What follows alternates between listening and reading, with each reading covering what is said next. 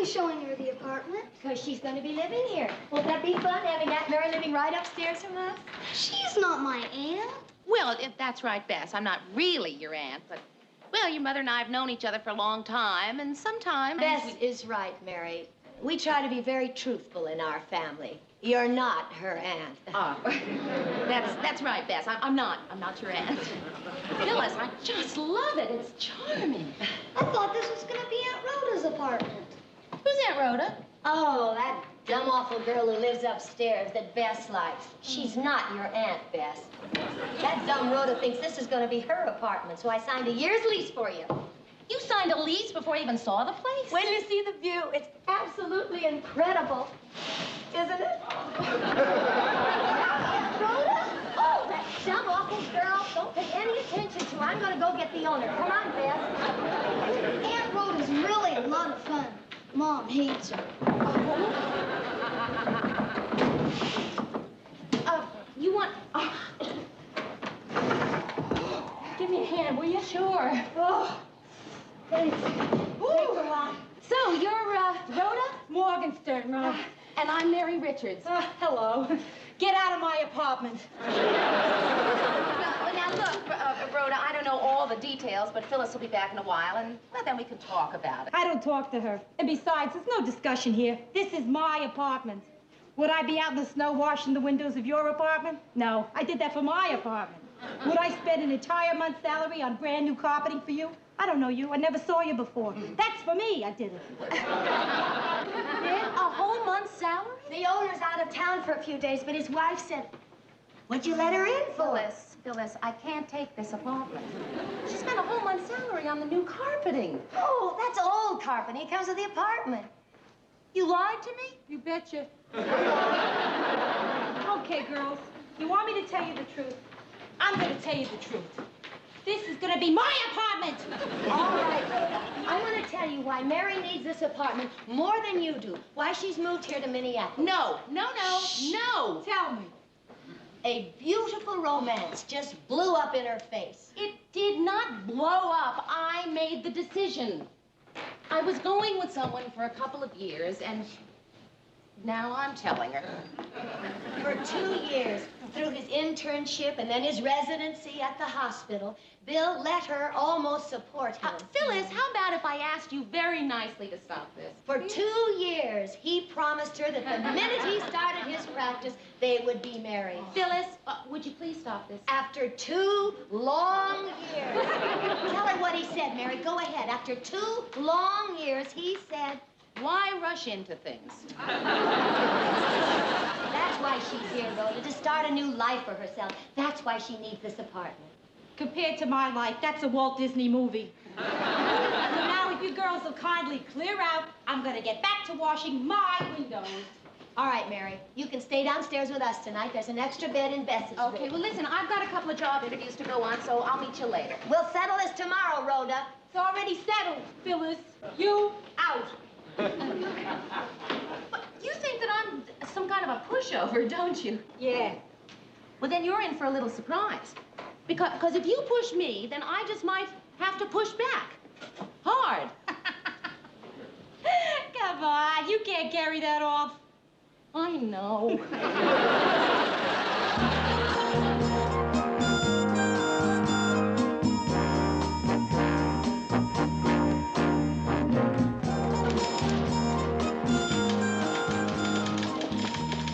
Excuse me, sir. I'm supposed to see Mr.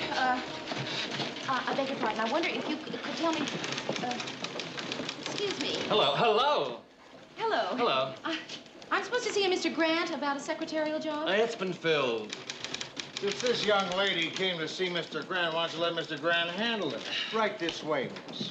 It's been filled. Do you have any idea when Mr. Grant will be back? Hi, Mr. Grant. You're back.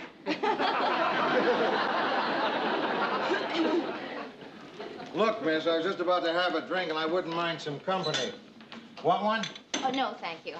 I said I wouldn't mind some company. Well, all right. I'll have a brandy Alexander.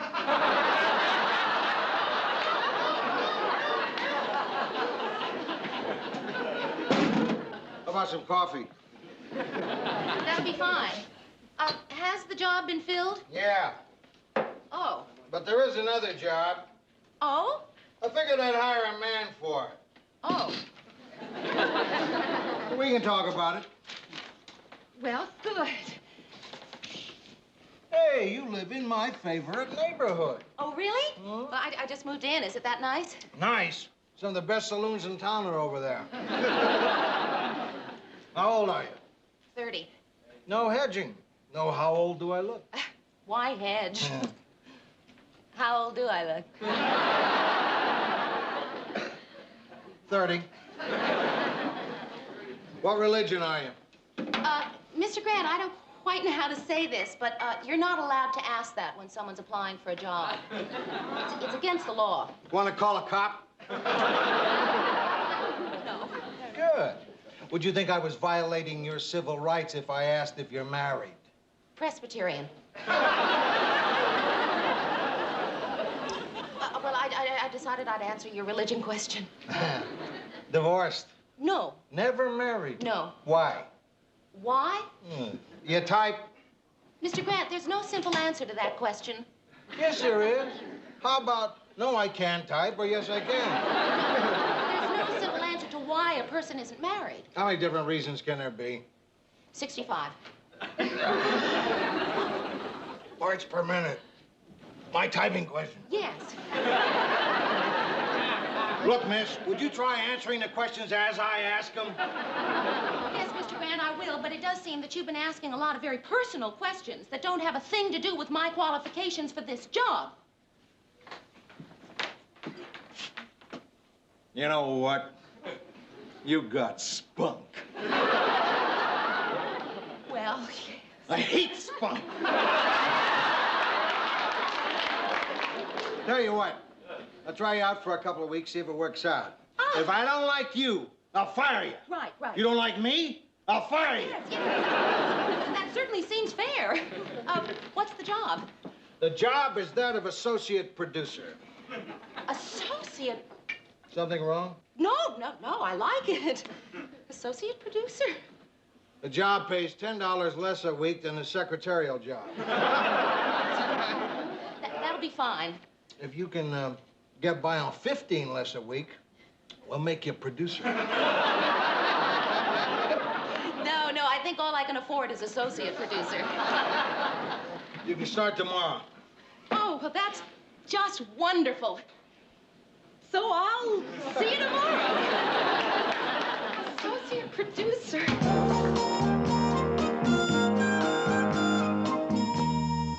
Oh, you're doing a wonderful job, Bess. Thanks, Mom. Phyllis, are you in there? Just a sec. My key doesn't work. Oh, I had the lock change to keep dumb awful road out. Hey, listen. I've got the greatest news. I got a job. I went on this interview for a regular secretary job, and what's the matter?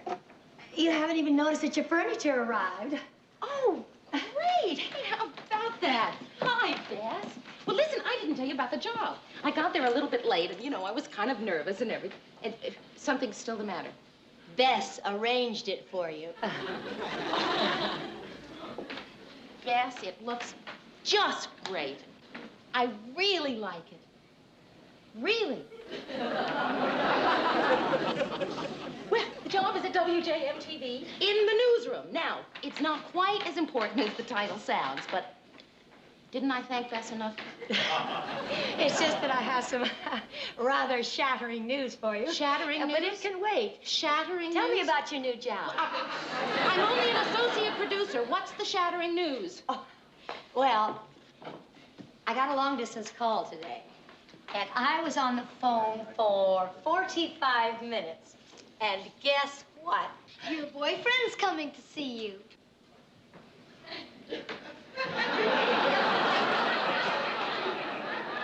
That was Mother's news, Bess.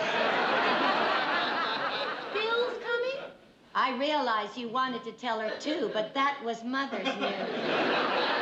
Bill is coming? Phyllis! Yes, Bill's coming. He'll be here tomorrow night. We'll leave you alone now. I know exactly how you feel. I don't know how I feel. Well, I do. Come on, Bess. I really didn't mind arranging the furniture. Mother said it was the least we could do after what you've been through.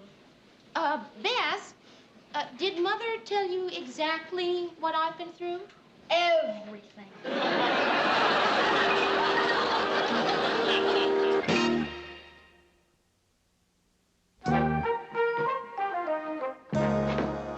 All right, lady, I'm done. There you go. What are you doing with your furniture in my apartment? Rhoda, this is my apartment. So this is your little trick changing the lock, huh? Wait a minute, what's going on here? You told me you lived here. Who's he? A locksmith. What do you think? Here. Thank you very much. Oh, Goodbye. no, I'm not going along with this. If this is her place, I just helped you break in. That's exactly what you just did. Look, even if you did, it's already done. So what can you do? Let me see your driver's license. What? Well, if anything happens here, I want to know who you are. I'm not going to show you my driver's license. Well, in that case, I'm going to memorize your face. Small mole, left cheek. Now that you see that I've moved in, would you leave? Where do you come off looking that good in the morning? Look, Rhoda, I'm starting a new job today, so... Where'd you get that 90 from? Tricia Nixon? So if you don't mind... I hear your doctor boyfriend's making a little house call tonight. Beth told me. You know, Mary, I hope everything works out for you. I really do. Well, thanks. Because if it does, that means you'll move out of here and this'll be mine. Rhoda! You know, I left New York City because I couldn't find an apartment. I'm not going to leave Minneapolis for the same reason. You know what? What? In spite of everything, you're really a pretty hard person to dislike. I know what you mean.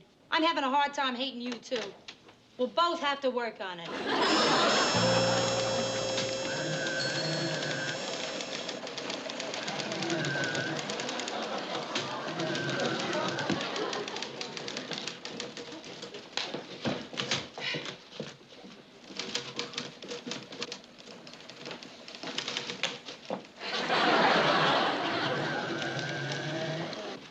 Somebody get Ted Baxter in here. He's probably in I'll makeup. do it, Mr. Grant. He'll do it. When I say somebody, I mean him. Mr. Grant, I wondered, do you think you could find something for me to do? I'd like to be a little busier. I'm too busy to keep you busy. Why'd he hire me? Why? Maybe he was bombed. Oh, No, I mean it. Hi, fellas. Here he is, the Marcello Mastroianni of Minneapolis newscasters. Why, thanks, Murr. It's not a compliment. He has trouble speaking English, too. Hi. You haven't met me. I'm Ted Baxter, the anchor man. I know. And I'm Mary Richards. I'm the new, Wonderful. I've been telling Lou we needed a new one. Welcome to my 6 o'clock news team. Thank you. Baxter, will you knock it off? Come on, let's get to the studio. Newsroom. Baxter! Just a moment, please. Mr. Grant. Huh? It's Mrs. Grant. She's calling from the airport. Oh, yeah, she's going to her sister's for a month. Tell her I'll speak to her when she gets back. Murray, give me that list of words that Baxter mispronounced on last night's show. Check the top one, Lou. The top one. Chicago. Come on, fellas. And take that makeup bib off. Last night he wore it halfway through the show. Newsroom, Miss... Bill? Well, hi. When did you get into town? Yeah, that's right. I'm working here in the newsroom. Associate producer, can you believe that? Oh, yeah, they're keeping me really busy. No, I'm not too busy to talk. Well, how long will you be in town? Well, sure, drop over tonight. It'll be good seeing you, too. Bye, Bill. You changed the room around. Personally, I didn't think there was a thing wrong with the way Bess arranged it. Well, I just, switched a couple things. Well, it's your apartment. Until you're married, anyway. Well, now, look, Phyllis, just because Bill is coming tonight, it doesn't mean we're getting married. I want to see you married, Mary. Well, me too. Because I'm married. And I know how beautiful it can be if you look at it realistically. I mean, realistically. Face the fact that it means a certain amount of sacrificing, of unselfishness, of denying your own ego, sublimating, accommodating, surrendering. Phyllis, Say it. you're hurting my hand. I'm sorry. It's all right. Try and remember what I told you. I will. Believe me, I know about marriage.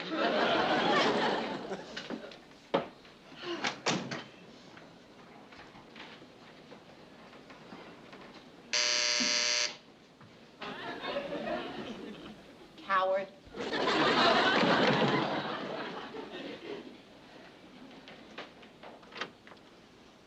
Hi!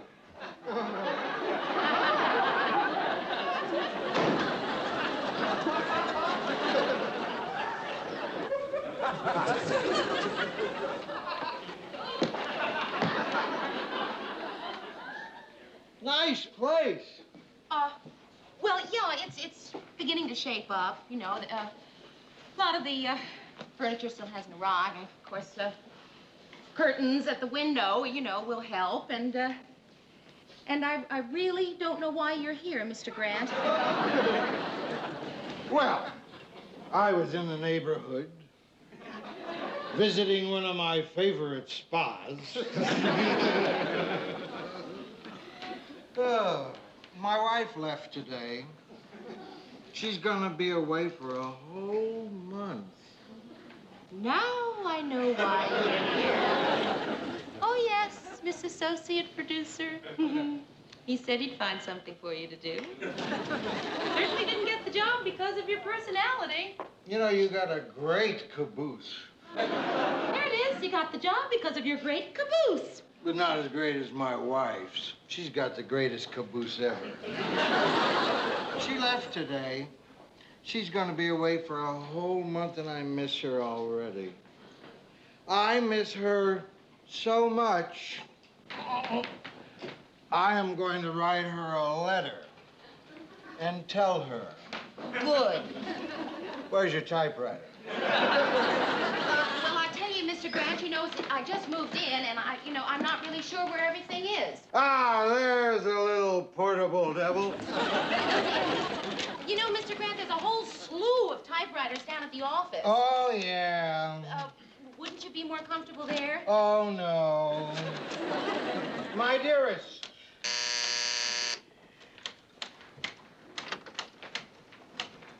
How are you? Fine. How are you? I'm fine. No, I'm not. That's my boss, down at the newsroom. Oh, is there a big news story here? No, he's writing to his wife. I miss you more than Ever get roses in winter? roses in winter. That's beautiful. Oh, you don't want to read that, man. Oh? Why, did you have a weak moment and get mushy? No, it's just that, here, It's give me... too late, it's already out. Get well soon, Uncle Buddy. Love, Gloria and Milton. I got them from a patient down at the hospital. Oh? It's not as if I stole them. I had to promise Uncle Buddy a free nose job. Hey, you know, I don't know about you, but I don't like being in separate towns. Hey, I don't know about you. Say, you know, it's a little difficult to talk with, is it possible to... All my love, Lou. All my love, Luke. Hey, I am finished. I think I'll go tie one on.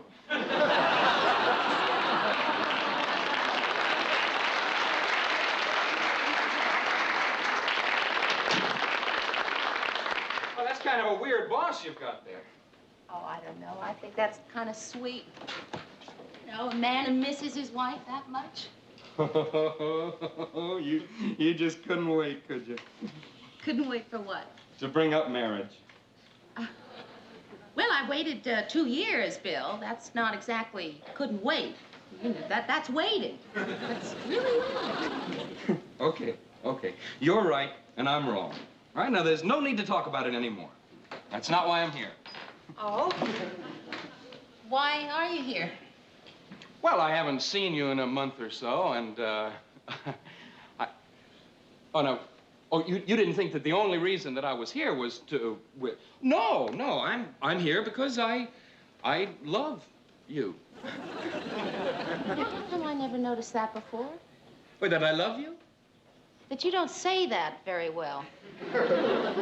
Something kind of catches in there, and it doesn't come out too well. Well, maybe you can give me some lessons then, huh? I see that you say very well. Hey, come on, Mary. Look, we got the whole night ahead of us, and we're getting all hung up on words. Why don't you get us out of this? Huh? You say everything so well. No, I don't. I say a lousy goodbye.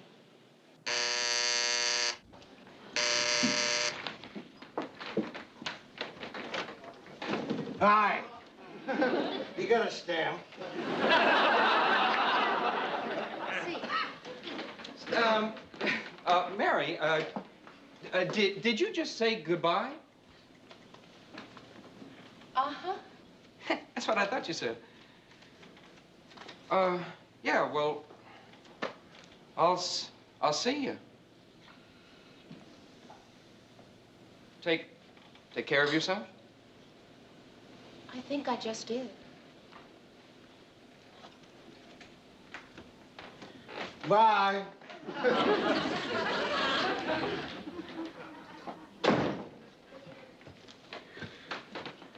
This is a Christmas seal. Is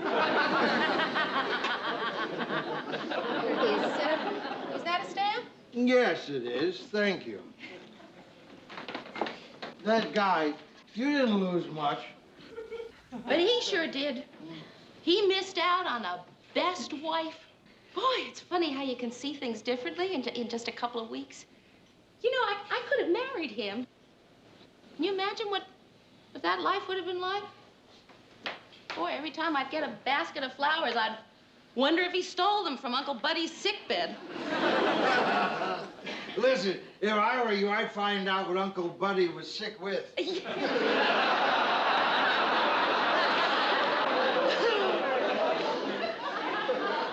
You know, I'm really lucky. I am so lucky. You feel good now, huh? Yeah. No, I feel rotten. But lucky.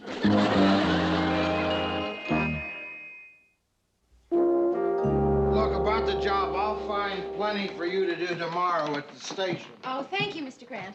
If I show up. Hi. Hi. If that's Bill, you didn't lose much. Isn't that funny? That's what everyone says. It didn't work out, huh? Did Bess tell you? No, I figured it out for myself. I got this tremendous sensitivity. And you've got this heating duct that goes all the way up to my apartment.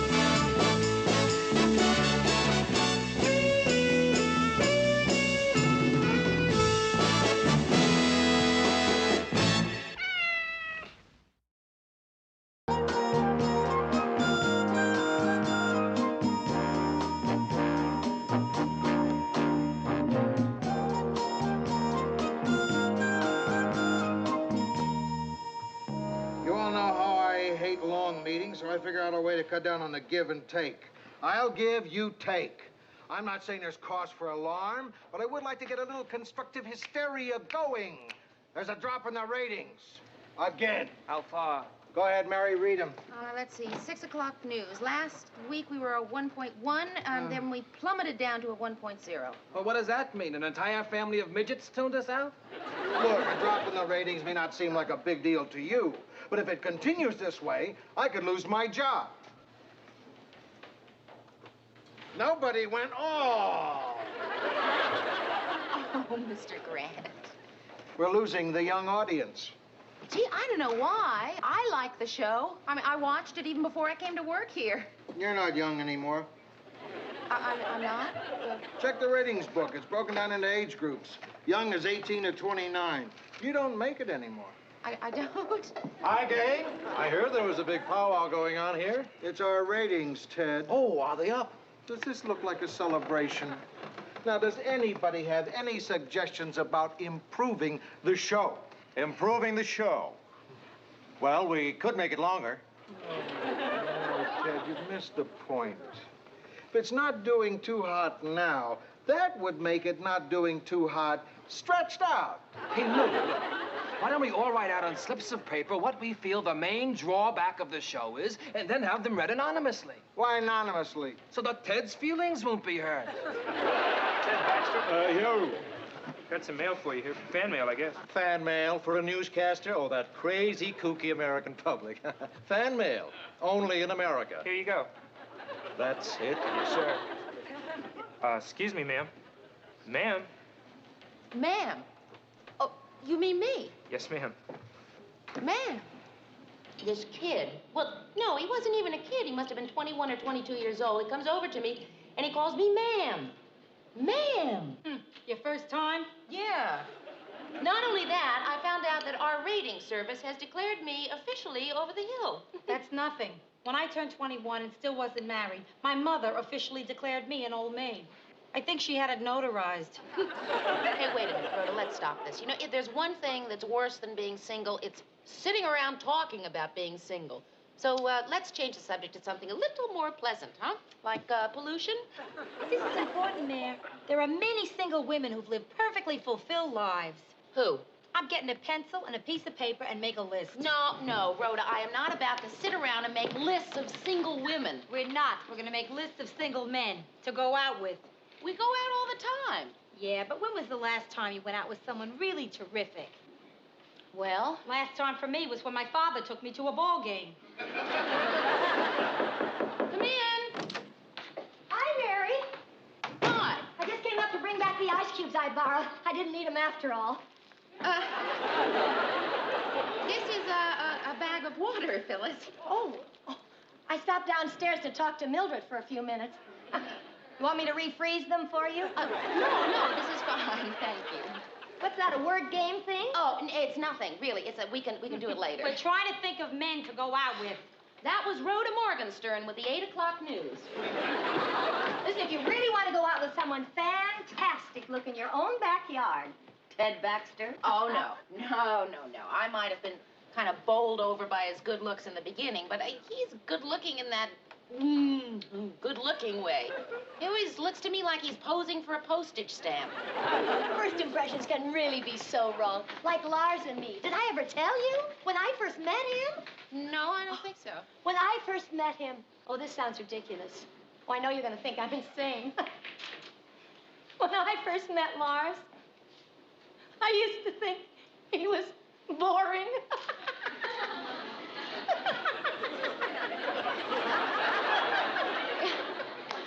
Isn't that the funniest thing you ever heard? Really, I'm serious. Of course, now we just couldn't be happier, and we've been married 10 or 11 years. Hey, come on now, let's think. What man in your life, it could have been a long time ago, or someone you just met, do you wish you knew better? Well, there was this professional dancer. Not you, silly. Mary, come on, there must have been somebody. Anyone recently? No? Well, think back then. No? Yes, there was. Remember, Mary, Howard Arnell? Howard Arnell. Oh, Phyllis, how did you even come up with that name? Well, Lars ran into him a little while ago. He's still single. He still asks about you. Oh, he was wild about Mary. But then that settles it. Now all we need is someone for me. What do you mean that settles it? Well, I have an idea for someone, but nah, it's too crazy. Then again, maybe it isn't. Do you remember how wild he was about you? Listen, Rhoda, nothing is settled. Come on, Phyllis, it was 4 years ago. I hardly remember him. He was wild about her. Listen, Mary, if you call yours, I'll call mine. And my whole thing is crazy. All right. What's yours? Mine is this guy I ran over. He had a cleft chin. Oh, he was adorable. This guy you ran over? Yeah, it was a couple of days ago. But he wasn't hurt. His arm was just a little grazed. Although his briefcase was totaled. We got to talking and exchanged phone numbers. Ah, here it is. Armand Linton. So what do you think? You don't know this man outside of hitting him with your car? No. And I know you're going to think I'm kidding, but you can really get close to someone fast when you hit him with a car. You can't just get to know someone over coffee, can you? You're not going to believe this, Phyllis, but when I first hit him, I thought he was boring. So, Mary, what do you think? Look, we're not doing a thing tomorrow night. Let's call Howard and Armand. What do I think? You want to call up a man you hit with your car, and I'm supposed to call up someone I hardly remember? There's not much to think about. I'm not going to do it. Oh, good. Bess is having her first pajama party tomorrow night, and you can come down and help. We're having 19 of her little friends over.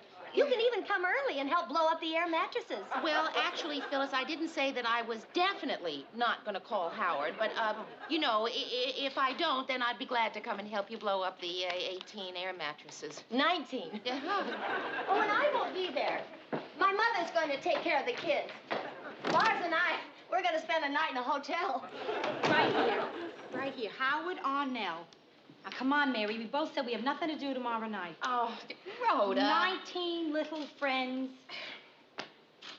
Oh. 19 air mattresses. All right.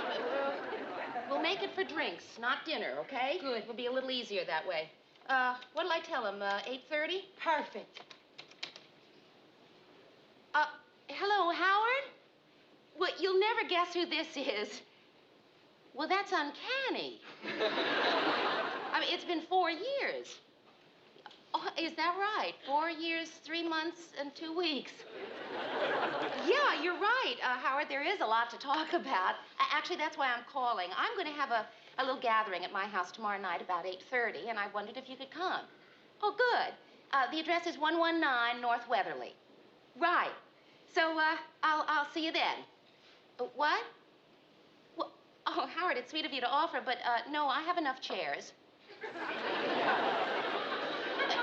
No, glasses aren't any problem either. So. Well, listen, Howard, I've got to get off the phone. I have something in the stove. What?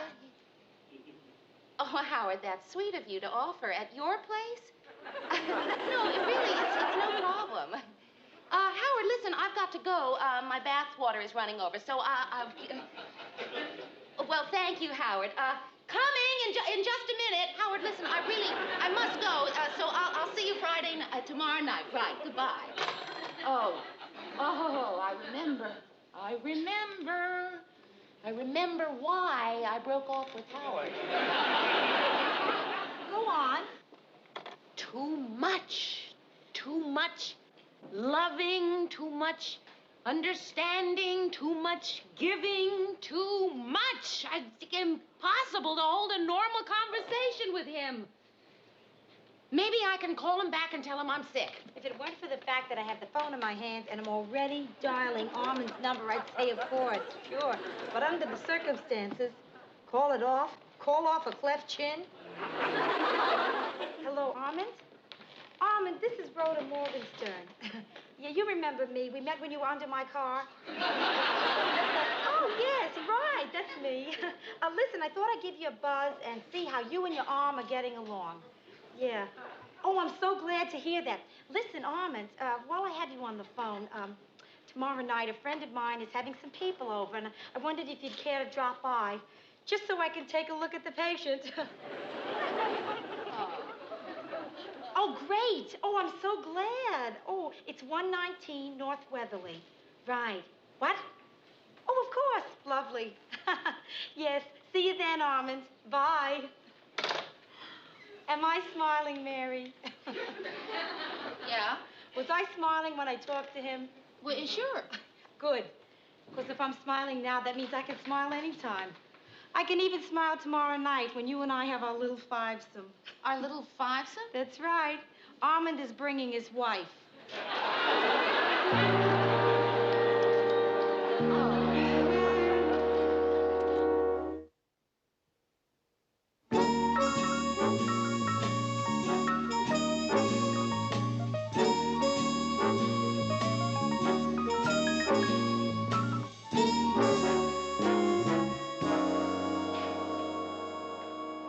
Mary, are you sure this looks okay? I feel so fat. Yeah, it looks fine. You think this munchy stuff is enough? Everybody will have eaten dinner. Oh, that's just right. How can you gorge yourself like that and stay so skinny? I'm going crazy with hunger. Well, eat something. I can't. I gotta lose 10 pounds by 8:30. This dress is all wrong, Mayor. I wonder if I should have worn my pantsuit. Maybe I should call my date, see what his wife's wearing. You really had no idea, no hint at all that he was married? No idea at all. But I'll tell you, I was thinking about it this morning, and I don't feel strange in the least about going out with the divorced person. What do you mean divorced? He's married. Now he's married. And suppose now he's happily married? You know, sometimes you're very depressing. Boy, I wish they'd get here. No, I don't. I just wish it were over. Well, you're nervous over nothing, Mayor. And I don't see what your big gripe is about Howard. I mean, so he likes you. No, Rhoda, he doesn't like me. He likes me. All that love just rushing at you. That, as my grandmother used to say, should be the worst thing that should happen to you. Oh, get that stuff away from me. I'm fainting from hunger. Rhoda, it isn't going to kill you to eat something. Break my diet the day I see Armand? Not a chance. Geronimo. Hello, I'm Mary Richards. Good evening. I'm Armand Linton, and this is my wife, Mrs. Armand Linton. Thank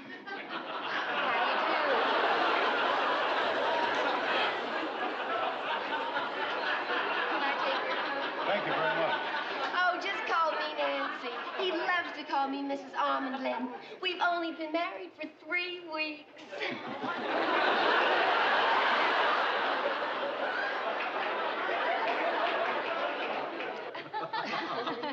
And that's how Rhonda and I met. Rhoda. Oh, excuse me, Rhoda. Armand and I think it's just wonderful of you to have us over. I mean, considering how you met. I mean, I think it's just super that we should all be good friends. Isn't it? When I ran over Armand, I never dreamt I'd find myself a new girlfriend, Nan.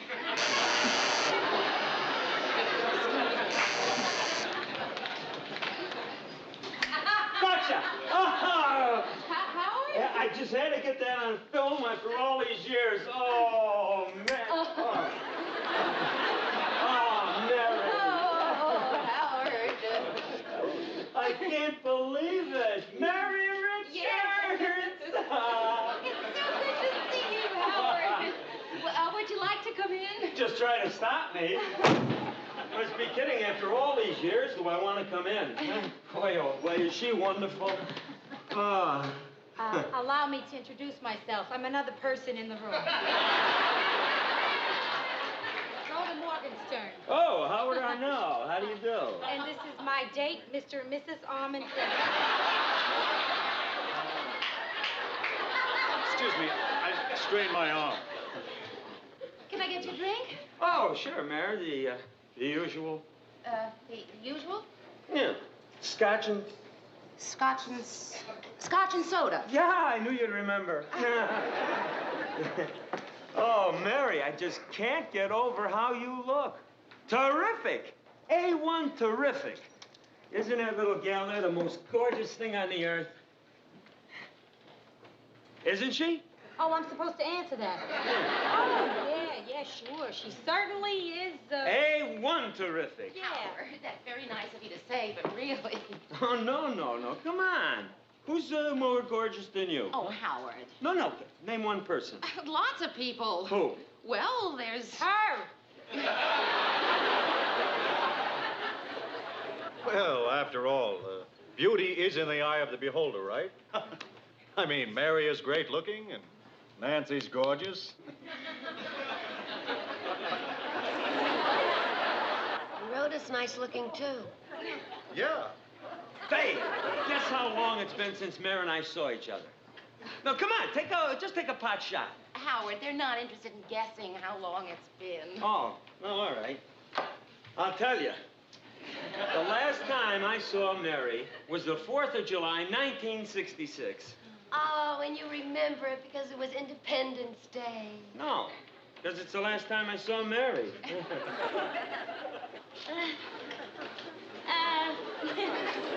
I think I'll just go see if there are some more bacon curls. Not too many. Me either. I don't want to spoil my dinner. Look at that woman. Boy, are we in for a treat. You are looking at the greatest little gourmet cook in the Western Hemisphere. Rhoda, could I see you in the kitchen for just a moment? Excuse me, Armin. Certainly. And Nan. Oh, and Howard. Rhoda, I thought 8:30 so obviously meant after dinner. Maybe you could whip up something quick. Whip up something quick. Right. Yes, I can whip up a carrot. I can whip up a baked potato. Nothing. The only thing I have in my refrigerator is a light bulb. Well, I'm just gonna have to go out there and tell him. What else can I do? So I don't know what should be cooking. Either a chicken in a pineapple shell or duckling with wine sauce. Listen, everybody, on the subject of the duck in the wine sauce, there's been a kind of an interesting situation, and the situation is that you thought that this was for dinner, and of all things, it's not. Oh, you're saying this isn't for dinner? Well, no, I'm not saying that. Yes, that's what I'm saying. Well, it really doesn't matter. I mean, it really doesn't matter because... Well, because we've eaten. We had a late lunch before we came here.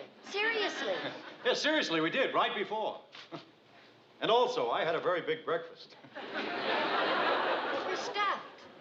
Well, if you're sure. Oh, yeah, really. Say, this is such a nice apartment. Don't you think this is a nice apartment, Nancy? Oh, I certainly do. It's really pleasant. Incidentally, are there any more of those, Bacon curls? Yeah. No. How about a carrot? Thank you. You know, Mare, I just can't get over how you look. I mean, you are really something, Mare. Most gals, you know, look their best when they're in their 20s, but this little gal here, I'm telling you, Mary, the older you get, the sexier you look. Howard. Hey, I've got an idea for posterity. Yeah, that's a good idea. Pictures. Who knows when Nance and I'll see each other again. Howard, you really want to do that now? Oh no, we can wait till after dinner. Oh. Isn't that funny? Why do I think we're gonna have dinner? Hey, I've got a good idea, Howard. Well, why don't you take some pictures of us all? Oh, okay. Oh, come here. Help me out here, Armand. I'm dying to get a couple of Mare and I together, you know? Well, I'm not sure I know about this kind of camera. What's to know? You just push the button there. Well, okay. Oh, God. I'm terribly sorry. It's really all my fault. No, it's all right. I don't know how to apologize. No, listen, it's all right. It's just the pictures I took of the total eclipse of the sun. Mary, I think we'd better be going. We both want to thank you for a lovely evening, and the bacon curls were delicious. I'll get your coats.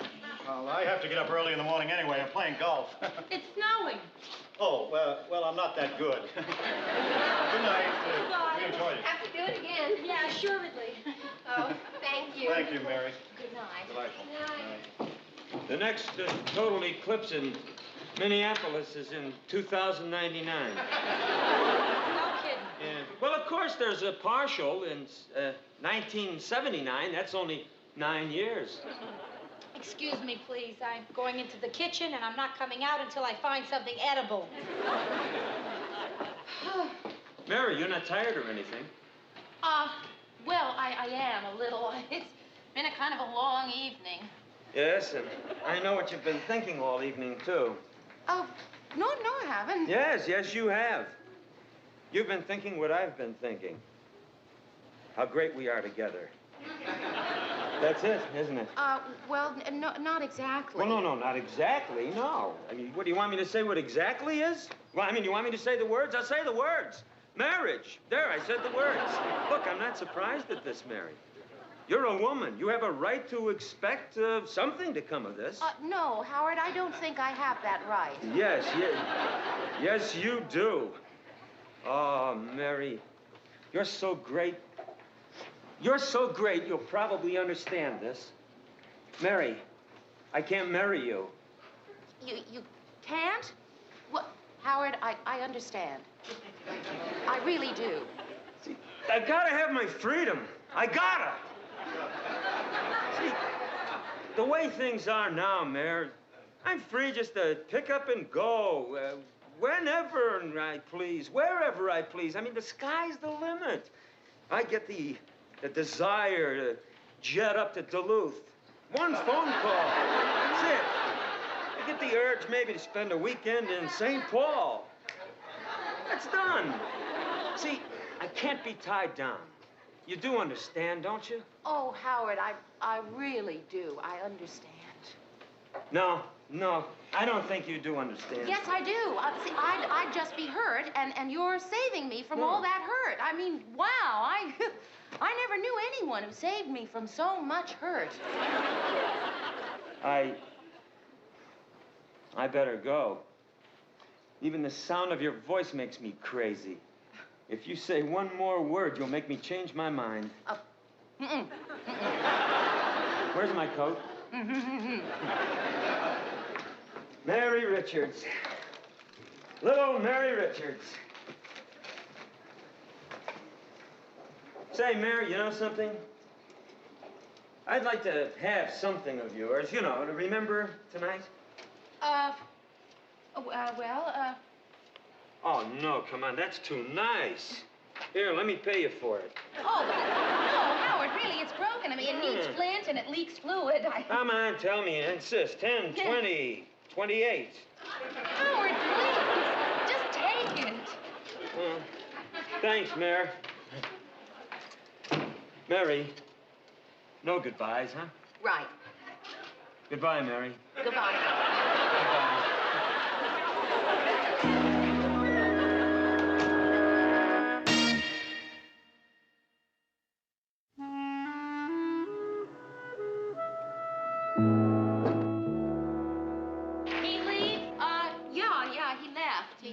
He wants me to forget him. See, he's got to be free. Is that what he said? Yeah, and then he took my lighter and he walked out of my life forever. Rhoda, never again. Right. Tonight I took a vow and I'm going to keep it. What's that? Next time I'm asked out, no matter how lonely I feel, I'm not going to say yes unless it's a couple I really like.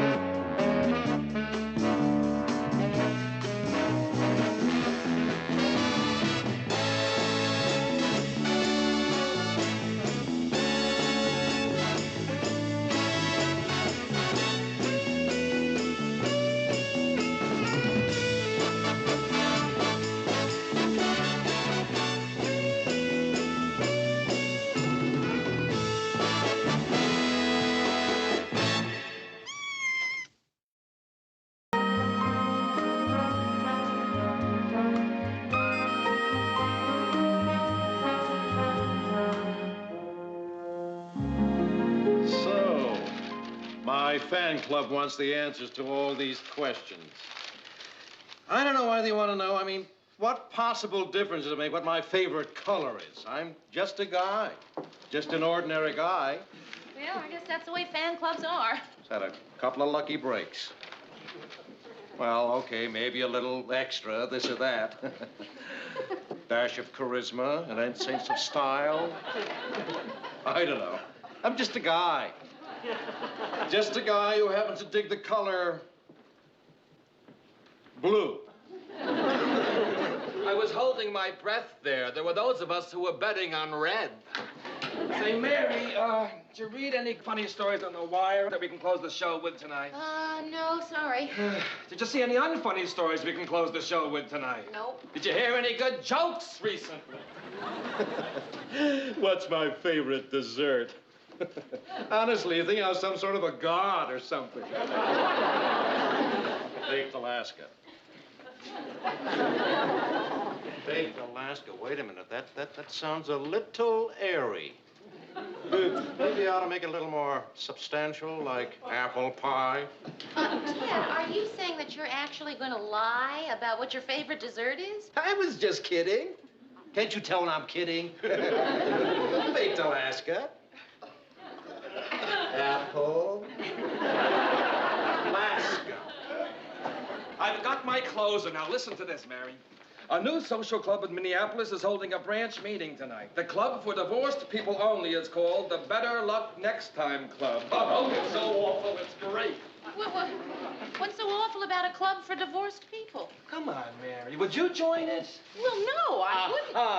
Murray, I wouldn't join it because A, I don't happen to be divorced, and B, I'm just not a joiner. But I think for people who are divorced joiners. I think that's the phrase you're looking for. I think it's a good idea. I mean, it's a way for people to meet people, like all those clubs are. Well, what's this thing about meeting like it's some big, mysterious thing? It's the easiest thing in the world. Take Marie and me. How'd you two meet? She saved my life.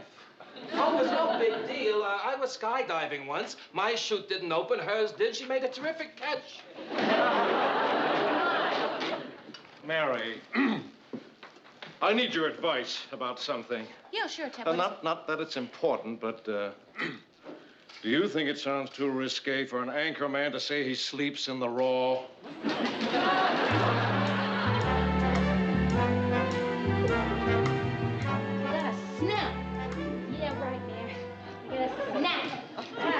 Snap.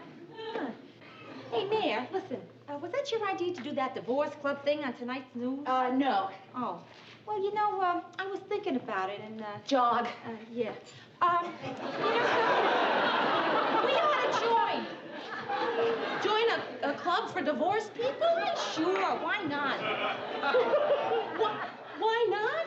Yeah, give you one good reason. Give you one good reason? Yeah. Okay, all right. But, Rhoda, you should already be aware of this good reason. We're not divorced. A technicality. So we say we're... You mean you actually want to lie about being divorced? You shoot forward. Yeah. Mary, you talk about it like I'm asking you to deny your birthright. Like being single is part of your heritage or something.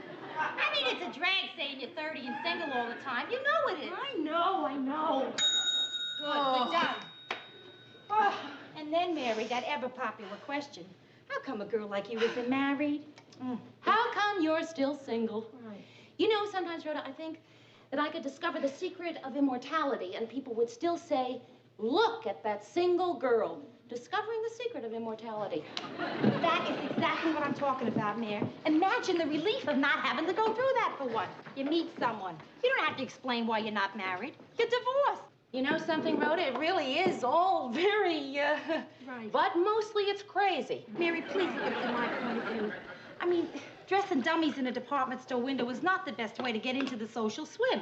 Let's face it, unless someone comes up and kisses the glass, I've had it. Rhoda, I am not joining a club for divorced people, so you might just as well change the subject. Okay. My new subject is Paris, France. You know that trip to Paris you've never been able to afford? There's this club, see, Mayor. If you join and are a member for 6 months, you can get a charter flight for just $300. $300? That's right. What's the club? The Divorced People's Club. Aha, that stopped you, didn't it? And on top of that, Mary, You speak fluent French. Spanish. Ah, they speak anything in Paris. The Left Bank, Gene Kelly. April in Paris. Chestnuts in Blossom. Okay, Rhoda, okay, I'll do it. But you gotta promise me we're just gonna walk in, get our membership cards, and leave, right? Promise. Right. Okay. I'm gonna change, shower. I'll be down and meet you here for what, half an hour? Okay. Hey, Rhoda, do you know what I'm doing? I am changing my clothes at 8 o'clock at night so that I can go to a club where I'm gonna lie about being divorced so that I can, perhaps in a few months' time, end up in Paris speaking Spanish. You too? You're the 10th person who's told me that today.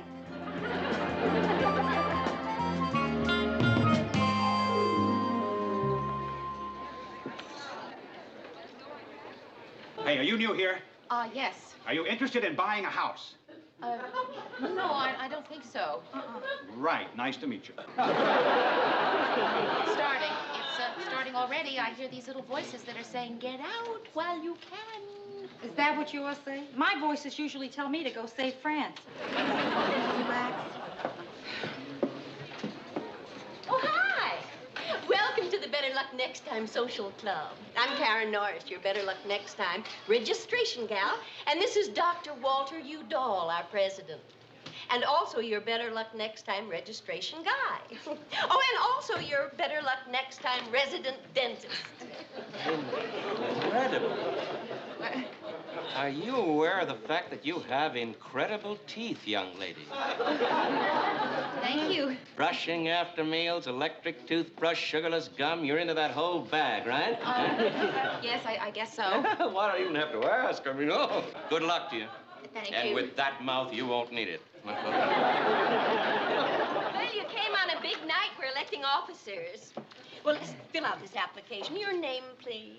Mary Richards. Mary Richards. And your maiden name, Mrs. Richards? Mrs. Richards, excuse me, Karen. Oh, you know how I get.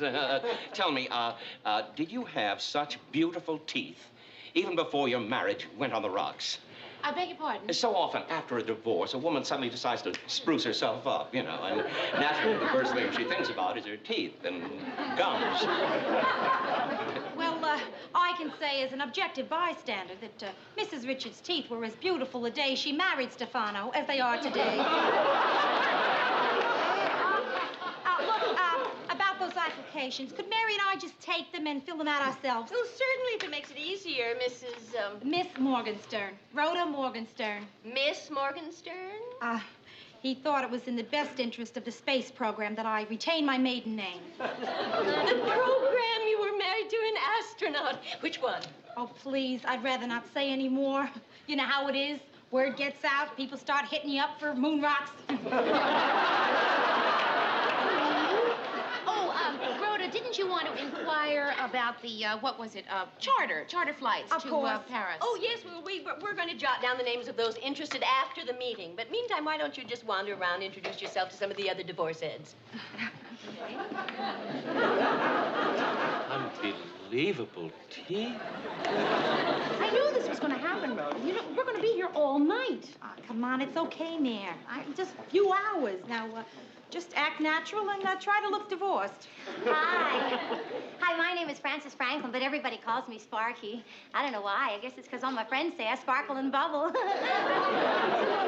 say ever since I'm divorced, I'm like another person, all sparkling. That's why they call me Sparky. Isn't that crazy? Yes.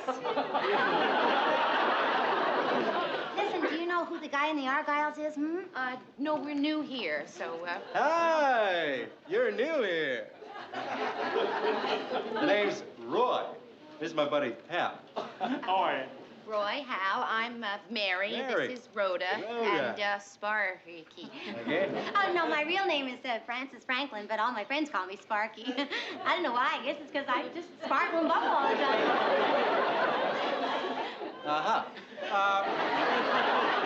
Listen, I want to warn you about this place. I mean, it's filled with losers. It's up to here with losers that you wouldn't believe. You know what I mean? Nothing but losers. Well, brother. listen, but if you really want me to steer you clear from the losers, just call on me because I can do it for you. The name is Roy. Roy. R-O-Y. That's it. I'll talk to you later. Sparky. So long, Roy. He's such a loser. Look, I wanted to talk to you anyway. You know, you're the spitting image of my ex-wife. Oh, really? Oh, yeah, except she wore her hair up. And how long have you been a member of this so-called social club, may I ask, huh? Well, you know. Yeah, if you had it on top of your head, you look exactly like her. Just exactly. Yeah. Well, excuse me. What? I said, excuse me, I seem to be interrupting something. Oh, no, not a bit. Yeah, let's try it, shall we? Let's just put it up. You see now, that looks terrible. So did she. Yes. Hey, you want to buy a... Yeah, you know, good I asked. Now, What'd you say your name was? Mary. Want to split? No, thank you. Well, what'd you come here for if you don't want to leave? I came here for the meeting. Oh, the meeting. Yeah, well, what about, what's her name? Hey, you want to split the... No, I'm already splitting with Roy. We're gonna take flashlights and go out hunting for losers. Well, if you change your mind, you know where I'll be. Remember the name here, too, right? Hal? You know, you might want a tall one. You never know. Leaving, going away, saying bye-bye to the creepies. Mary, no more. Wait, give it a chance. Mrs. Richards, you're not leaving now, are you? The well- meeting's just about to start. There, you see, Mary, we can't go yet. That's Freddie. Freddie? Yeah, my younger brother. Nice-looking boy, isn't he? Not one filling. What? Dr. Udall, can you tell me when we'll be getting to the charter flights? Oh, well, we probably won't be getting to that till next time. Why? Oh, well, tonight's the night when we each stand up and in intimate detail tell all about what led to our divorces. I don't think that I can do that. Why not? Well, because the details were sort of embarrassing. Yes, humiliating. Sordid, even. Oh, really? Well, then, you can go first.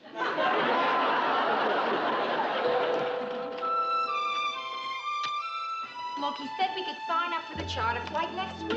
That is not what I'm upset about, and you know it, Rhoda. The story of how you got divorced? I think you did that terrific. It isn't that either. Well, now, just relax. We'll sit down and talk, huh? Hello? Oh, hi, Phyllis. I was at my new club. My new social club. We in the club call it the Better Luck Next Time Club because it's for divorced people. You don't have to go into that with her. No, I'm not kidding. How did you guess? She said it was Rhoda's idea. Yeah, it was. Rhoda's dumb idea. Yeah, you're right, Phyllis. It makes perfect sense not to go back. There's only one thing. Due to the efforts of a dental admirer of mine. Think of something. I am the new vice president.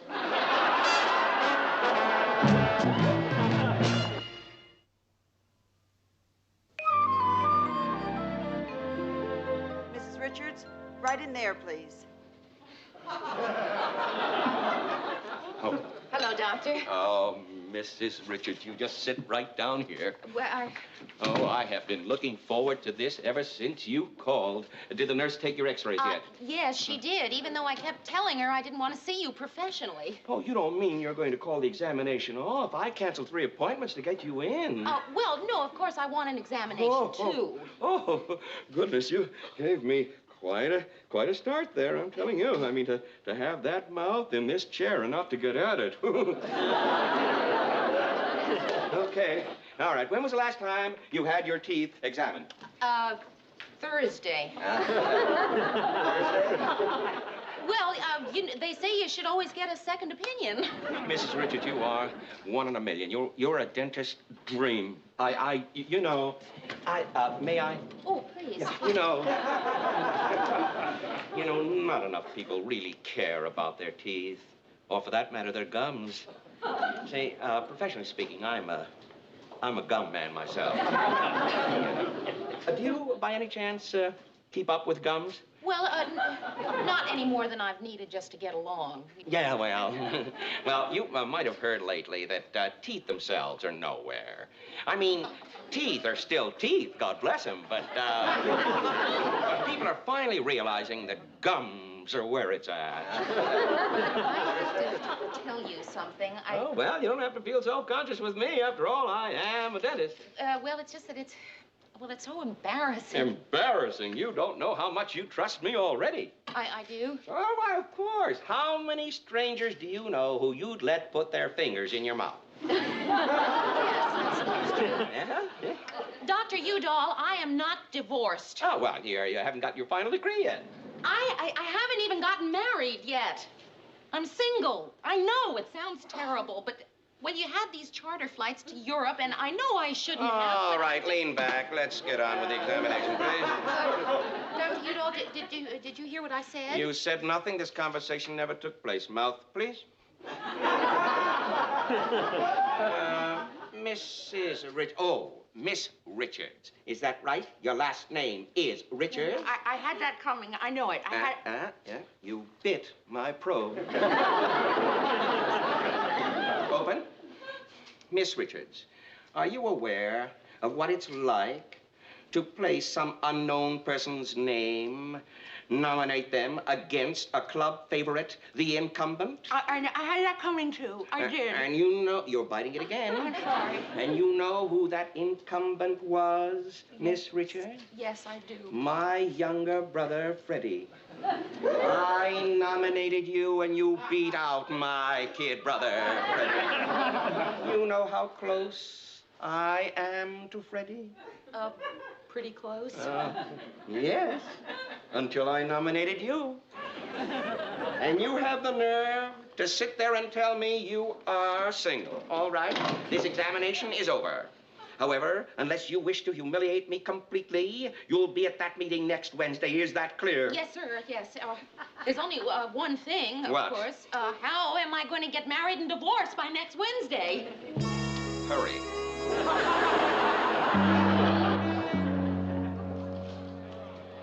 Hey, Mary, I've been circulating. I got bad news. You know those two guys we met here last week, Roy and Hal? Yeah? They're the cream of the crop. Oh, Rhoda!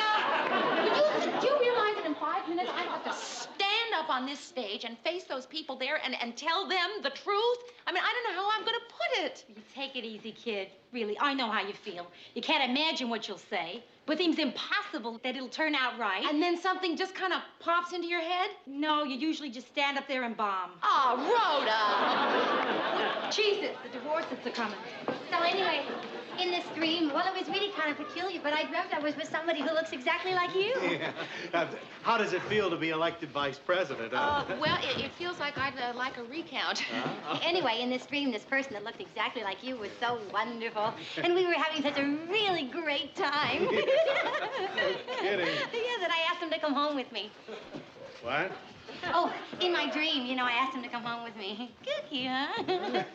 Kooky, you want to split? You and I get a little six-pack and, huh? Okay, let's go sit down and I'll tell you about the rest of my kooky dream. Yeah, tell me all of it, yeah. Uh-oh, bad news. Hello, Miss No Name. Hello, Dr. Udall. That's my brother, Freddie, the ex-incumbent. I'd just as soon you didn't meet. Dr. Udall, I really feel just terrible about all this.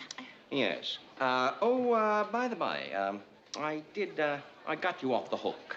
All you have to do is confirm my story by announcing to the others, the divorced others, that you've reconciled with your husband. Gee, Mary, that's great. Here's hoping you and Stefano make it this time. Oh, incidentally, you're not paid for yet X-rays came back today. You have a cavity. And I'm not going to tell you where.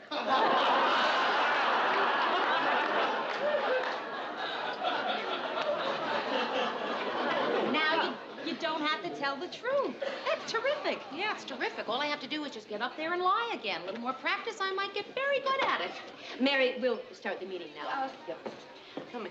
Now, in a little while, I'll have news about our Tuesday night, where it's at excursion to the hippie quarters. But first of all, we'd like to have a word from our brand new Vice President, Mary Richards. Mary. Please, I guess that I'll just make it short and sweet. As you may have heard, I am reconciling with my husband, so it turns out that I can't be your vice president any longer. So, but you've all been just lovely, and I want to thank you. So, thank you. Hey, didn't she just get elected last week? Yeah. Hey, didn't you just get elected last week? Yes, I was. Listen, I think that's lousy. Very lousy. You're planning a reconciliation, and we all get together and elect you vice president. Order. I didn't plan the reconciliation. It just happened. Oh, what a order. No, wait, everybody, wait. Listen, we all know how often these reconciliations work out. Hardly ever. So I say, let's let her stay vice president until she sees what happens. Order. That makes sense to me. I think we should all get together, have a little vote, right? I mean, No vote. it's Order. No. Order. No vote. No, because it's a lie.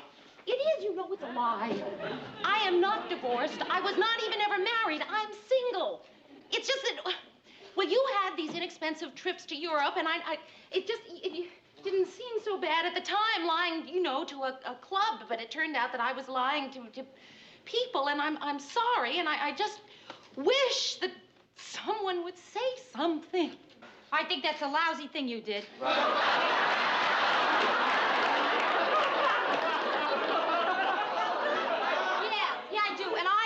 Too. Yeah, I lied. It's true, folks. The fact is, my divorce is not yet final. Yes, the Space Center is holding it up, so I'm not eligible either. So if you cast a stone at this poor unfortunate, cast one at me, too. Miss Rhoda Morgenstern. Okay. Roy Bickerson, age 33. Single. Now, I don't know why I did it. Well, I couldn't help myself. I mean, the young Republicans, the young Democrats, they were such losers. I lied, too. But then that's the kind of crazy, kooky person I am. Richie Rader. I'm not married. I've never even went steady. Anybody want to start a new club?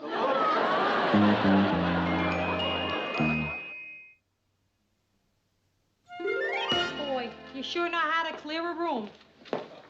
The only ones who were really divorced were Mrs. Norris, Dr. Udall, and his brother. You can't blame the man for hating you. He shot his whole club out from under him. Yeah. Hi. Hi. What happened to your date with Hal? We never got out of the parking lot. We had an argument over whose car to take. His was a camper. What are you girls doing tonight? I feel like doing something really crazy and kooky, huh? Well, I'm sorry, but I don't feel up to kooky. Or crazy. Oh.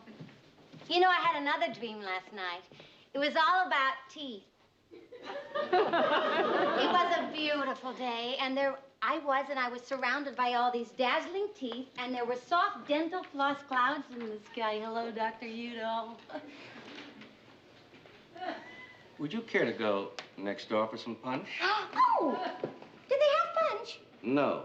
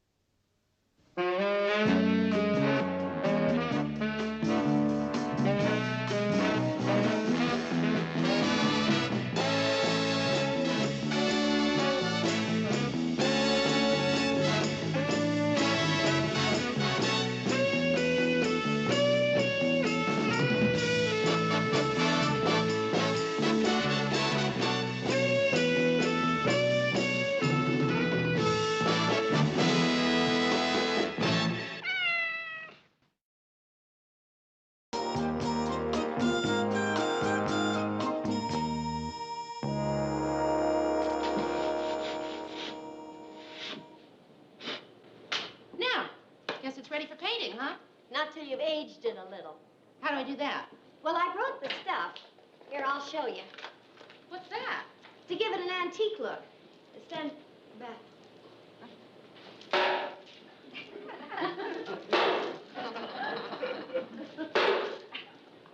By the way, if you got any hostilities, this is a marvelous way to work them off. Yeah, I can see that. I haven't had this much fun in years.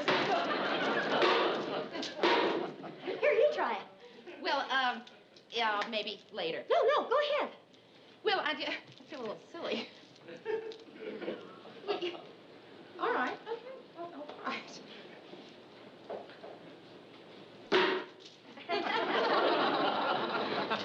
So funny. I just feel silly hitting with a. Okay. All right. I'll try it.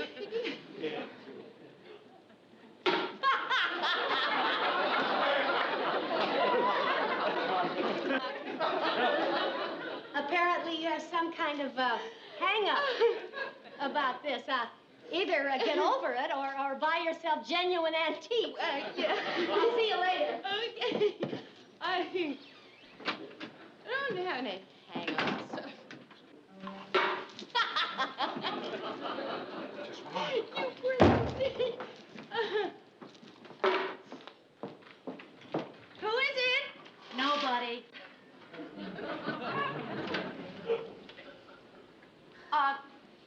Can I help you? No, I'm fine, thanks. Oh. I thought I heard something hit the door. It was just my head. Your head? Yes, I was leaning back to rest against your door and I misjudged the distance. But don't worry about me, I'm fine. Are you sure? Oh, yeah, positive. Well, Oh, I'm sorry you didn't get to marry that fellow who was going to marry you.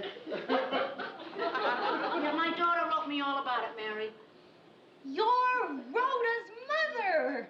Oh, for heaven's sake. She lives right upstairs. Let me help you carry your bag. No, I've already been up there. She isn't home. Well, then, come on in here and wait. I'd like to come in, as a matter of fact. To tell you the truth, I'm sort of curious about your apartment. Huh? Why is that? Well, now I can get to see what Rhoda's place looks like. Oh, well, actually, her place doesn't look at all like this. Yeah, she said your place was twice as nice as hers, so I figured if I lop off 50%, I got it, right? Well, please, come in and sit down. Well, I don't want to inconvenience you. You won't inconvenience me if you sit down. You sure? Yeah, people sit down in here all the time. Practically every time somebody comes in that door, they sit down. Rhoda was right. You got a cute personality. So? Well, don't let me keep you from doing what you were doing. Oh, no, I wasn't doing anything. I'll do it later. Well, I mean, I don't want to inconvenience you. Look, go back to what you were doing. No, It's okay. Please, sit down, all right. I'll go back to what I was doing.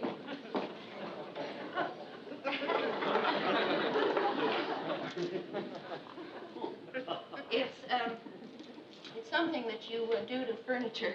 Uh-huh. No, really, I'll show you.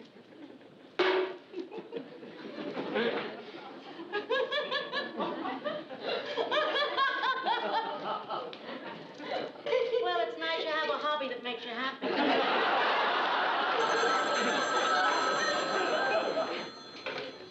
Hello? Mary, this is Rhoda. And don't say hello, Rhoda.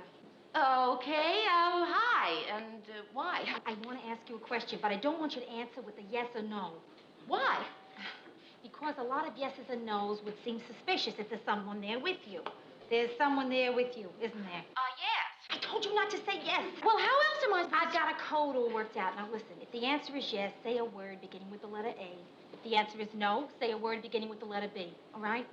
Is my mother there? Apples. I thought so. Does she know I'm home upstairs here? Your bagel? Could you make some excuse and then come upstairs here real quick, huh? Well, I really, I don't, abracadabra. Good. I'll see you in a minute then. Okay, Rhoda. Did my mother just look up when you said, okay, Rhoda? Alabama.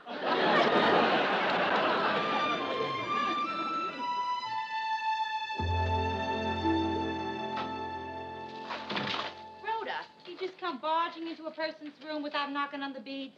Rhoda, why don't you want to see your mother? Because I looked out my window and saw her carrying that down the street. She asked me to give it to you. I don't want it, Mary. Your mother comes all the way from New York to bring you a present, and you don't want it. Right. Mary, I send her $50 a month in New York. You know what she does with it? Buys me gifts. And then she brings them to me. I gotta make her stop doing that kind of stuff, Mare. Rhoda, she probably brings you the presents because she loves you. I love her, too. But she makes me crazy. How? Read the card on that gift. I guarantee you it'll be something that makes me crazy. No one in the world will ever love you as much as I do. That's lovely. To the naked eye, it's lovely. But think about it, Mary. I'm 30 years old, right? And single. No matter where I go, or who I meet, or how long I may live, no one will ever love me as much as she does. That's not a card. That's a curse. How about your father? Does he make you crazy, too? No. I was 5 years old before I knew my father could talk. You know the first thing he said? Listen to your mother. Now do you understand, Mare? No, Rhoda, I'm sorry, I don't. I mean, your mother is down there, and you're up here, and you say you love her, but Mary, you're talking about Midwestern love. I'm talking about Bronx love. There's a certain amount of guilt that goes with that. My mother wants the people she loves to feel guilty. Like with her pills. Her pills? Right, pills. My mother hasn't been taking her pills for as long as I can remember. What hasn't she been taking them for? I've never been sure. For all I know, they're an aphrodisiac. No more, Mary, really. If she needs those pills, she'll take them herself. You're really not going to see your mother? No. Okay, Rhoda. Mary, ask her if she's been taking her pills. Huh?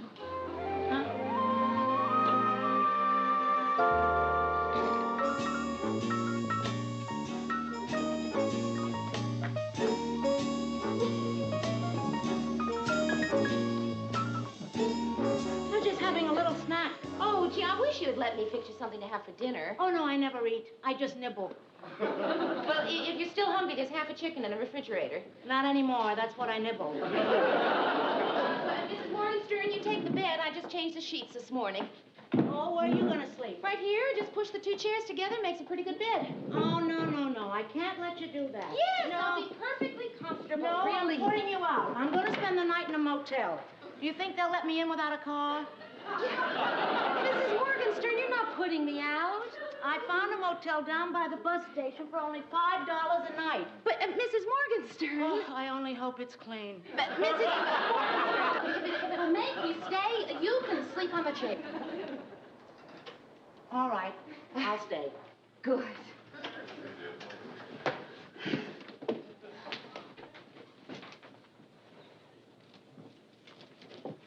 What are you doing? Well, that's what it cost me in that flea bag, so I'm certainly going to pay you. No, Mrs. Morgenstern, I could take your money. Oh, come on. Don't be silly. No, what? For sleeping on my chairs? I want you to have the money. No, Mrs. Morgenstern, I couldn't take it. Well, okay, have it your way.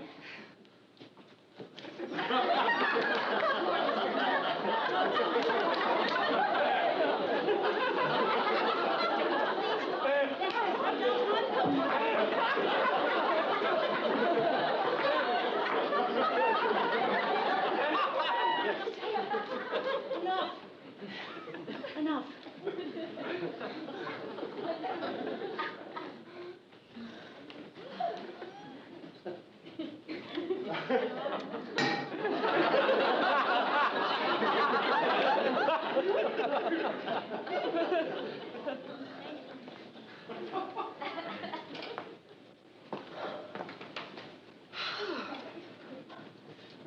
Good night, Mrs. Morgenstern. Night. Sleep well. You too. Oh, this is going to kill my back.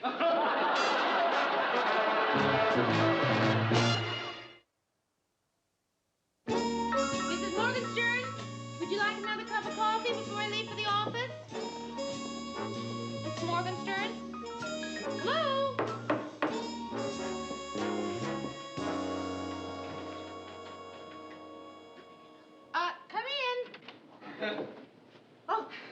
I'd love some. Where's Ida? Ida? Ida, Mrs. Morgenstern. Oh! How can you live with a woman for 3 days and not know her first name? Well, I never thought of her as having a first name. Oh, Mary, that's so you. Going around calling a woman, but she doesn't want to be called Mrs. Morgenstern. Yeah, well, I can't call her what she wants me to call her. Ida? Mama.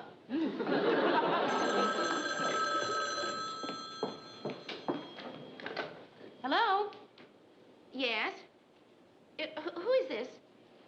Yes, Mrs. Morgenstern is still living here. No, I don't know when Rhoda, is this you? Yes, it is to you, Rhoda, so you can stop using the Italian accent. Rhoda, look, if you're so concerned about your mother, why don't you come down and see her for yourself? I don't know if she's taking her pills. I'm sure if she's supposed to, she's taking them. Goodbye, Rhoda. Oh, Mrs. Morgenstern, where have you been? Out shopping. Hello, Phyllis. Hi, Ida. You were out in the snow wearing just that? Well, I thought if I went rummaging in the closet looking for my coat, I might disturb some of your lovely things. Let me get out of your way.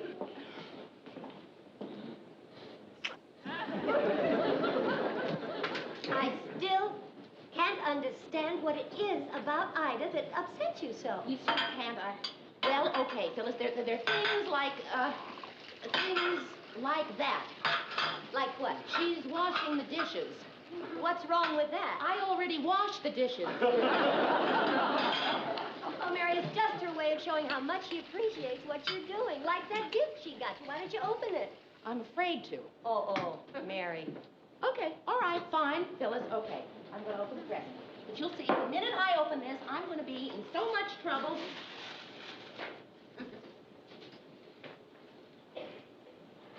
Now, don't you feel a little ridiculous? I feel a lot ridiculous. Well, I'm glad I could help you, Mary. Bye, Ida. I'm just... Mrs. Morgenstern? I really like the scarves. Oh, you really like them? Oh, yes, I love them. Well, it's nice of you to say that anyway. No, I'm not just saying that, Mrs. Morgenstern. I really love these scarves. Well... No, really, look, I'm going to wear one. Look, I'll wear it to work. Hey, the color is absolutely perfect, huh? How about that? I'm sorry I don't like the other one. Mrs. Morgenstern, did you take your pills today? Mama.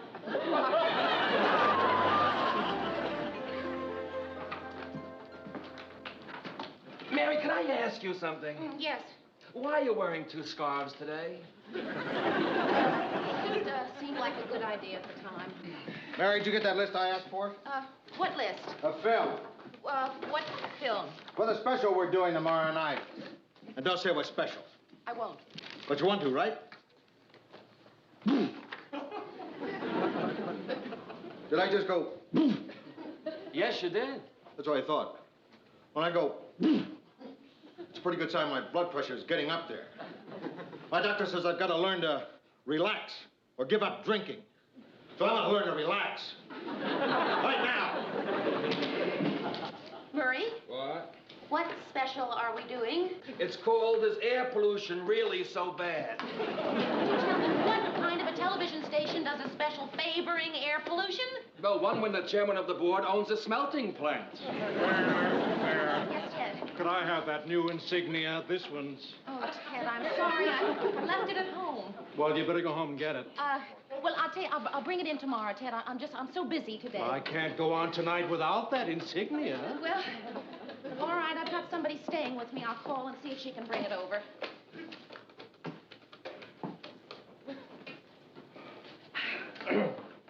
The threads came loose. Terrific. Funny, she said she was going to be in all day. What about my insignia? I mean, if she had changed her plans, she would have told me. I want my insignia. Maybe she's in the shower. This has to be taken care of. Please, don't flap that at me. Well, I'm not going to argue about this. I'll just speak to Lou. Wait. Lou, Mary, don't worry what he says to Lou. He can't say anything intelligible unless I write it down for him. You know, she still doesn't answer. Mary, did you get that stuff for me? What stuff? Mary, come into my office.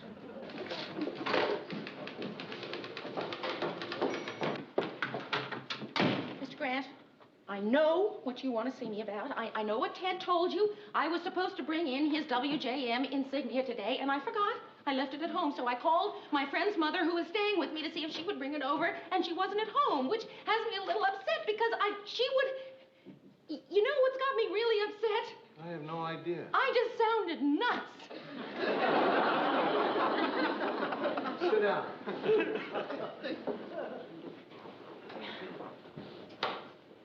Mary, life is tough. No, it's not really tough. What do you mean, not really? I give you a cliche, 3 dumb words, and you want to argue with me? I said life is tough. Well, yes, it is. It's a little tough. It's getting tougher all the time. I'm not interested in your friend's mother. That's tough. I'm not interested in whether Ted gets his insignia or not. That's tough, too. And by tomorrow night, I gotta come up with a bunch of reasons why pollution isn't so bad, or the chairman of the board's gonna get pretty upset. At me. Like I said, life is tough. You're right, Mr. Grant. Life is tough. You wanna know what else is tough? If you don't start shaping up, I'm gonna have to fire you. Do you mean that? No. This is scare tactic.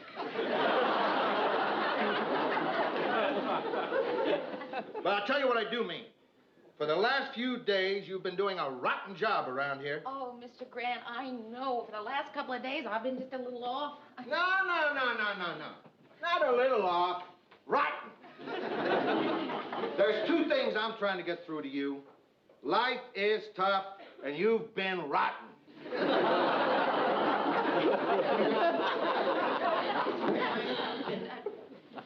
It's just that the last couple of days, all I've been able to think about is Rhoda and her mother, and I've let you down, and, well, Murray's been doing half of my work for me in there. The last couple of days, I've been just rotten. Well, look, you've been a little off, that's all. I've been rotten.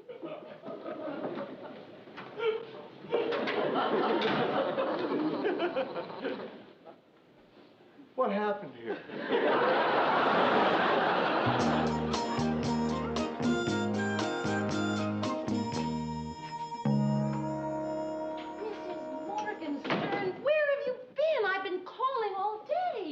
I've been right here. Now, don't get excited. You didn't miss any messages. Let's see. At 11 o'clock, somebody rang 4 times. At 11:02, somebody rang 6 times. And at 2:15, somebody rang 14 times. Listen, Mary, I've been noticing something. You're getting nervous. I think you should kick me out. Oh, Mrs. Morgenstern, I couldn't... I wouldn't kick you out. Oh, I know it'd be very hard for you because you're so fond of me. But you ought to kick me out. But No, look. Now, you tell me that it's crowded here. Go ahead. Well, it's a little crowded. All right. You see, now you're doing fine. Now, I understand that. Now, do you want to make it easy for me to go back to New York and make yourself feel better even though you're kicking me out? Yes. Then promise me you'll write. I promise. How often? I'll write at least once a week. Mrs. Morgenstern, are you really going to go back to New York without seeing Rhoda? Well, it's all right. I got a letter from her. A letter? Yeah, she slipped it under the door. Here we are. Read it. Dear Ma, return the gift and make sure you get cash. Use it and the money in here to buy something for yourself, not me. I'm sorry I couldn't see you, but you know we'd end up yelling. Love. Guess who? Oh, that Rhoda, she's always clowning. Not every mother has a daughter like that. I wish I could see the daughter I got like that.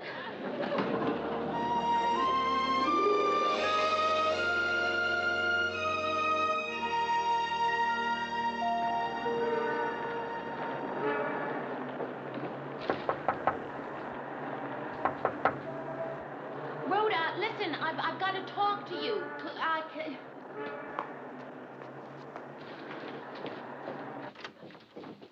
Rhoda, I've got to talk to you. Well, come on in. Well, listen, could we talk out there? I mean, I feel a little funny in here.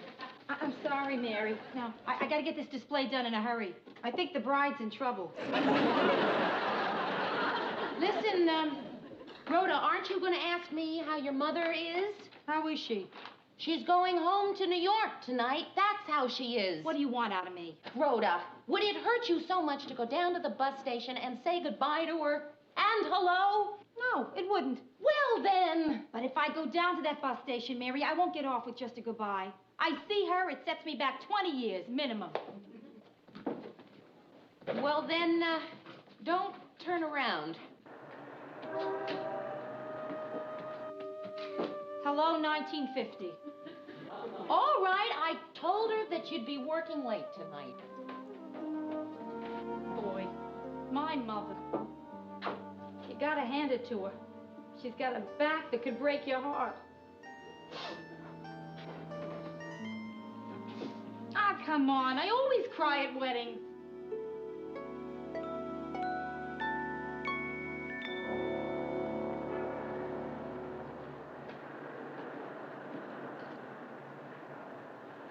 Hi. Rhoda. Oh, Mama. He's so happy. Here, let me take No, this. it's all right. Come on, Mike. Oh, you got it here. Oh, come on, darling. I told you to take care.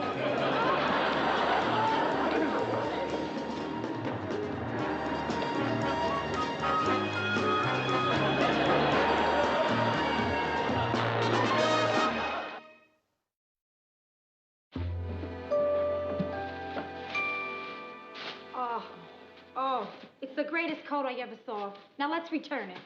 Just try it on, will you? Try it on, Mama. You take the money I send you and you buy me a coat like this. This is ridiculous. This must have cost what? Hey, you still leave the price tags in your gifts, don't you? Yeah, here. Read it. Rhoda, you're not supposed to ask how much a present Will you read it? $495. Ma!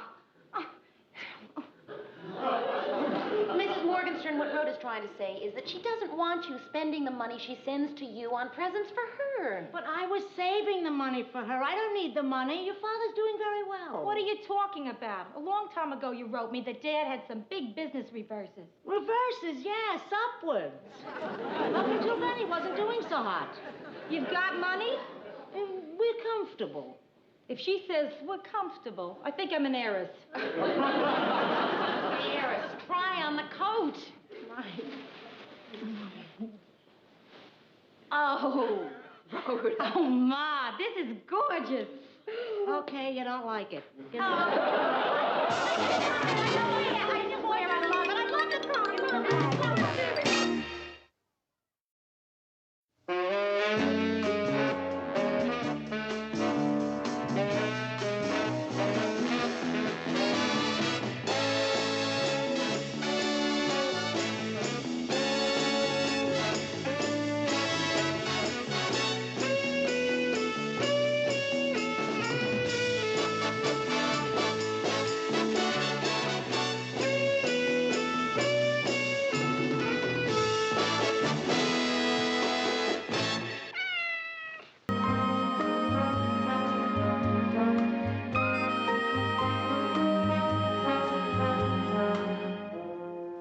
Mary, come in here and help me look. It's not on my desk. I'm sure that I left it in here. Well, I can't find it, and I need it right now.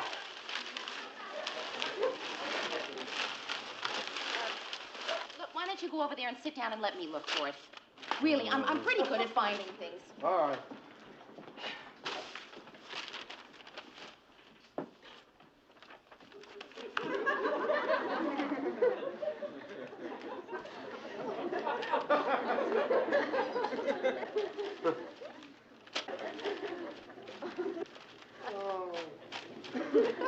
That's not the way to look.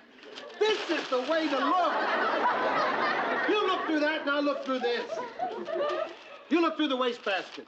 I always get the glamour job. When did you last see it? See what? Whatever it is we're looking for. If it's gum, I just found it. It's the Eric Matthews interview. Who's Eric Matthews? He's the guy who wrote that bestseller, Are Men Obsolete? Ted's got to take an interview with him for the Scrutiny show. Yeah, scrutiny. Our spontaneous and unrehearsed look at people who make the news. And if we don't find that script, Ted's got to go in there spontaneous and unrehearsed. That's bad. Mr. Grant's office. I'm not here. He's not. He heard you say you're not here. Who is it? It's Ted.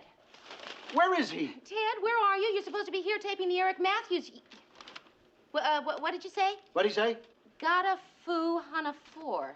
Got a foo on a 4. That sounds like Ted. Ted, I can't understand you.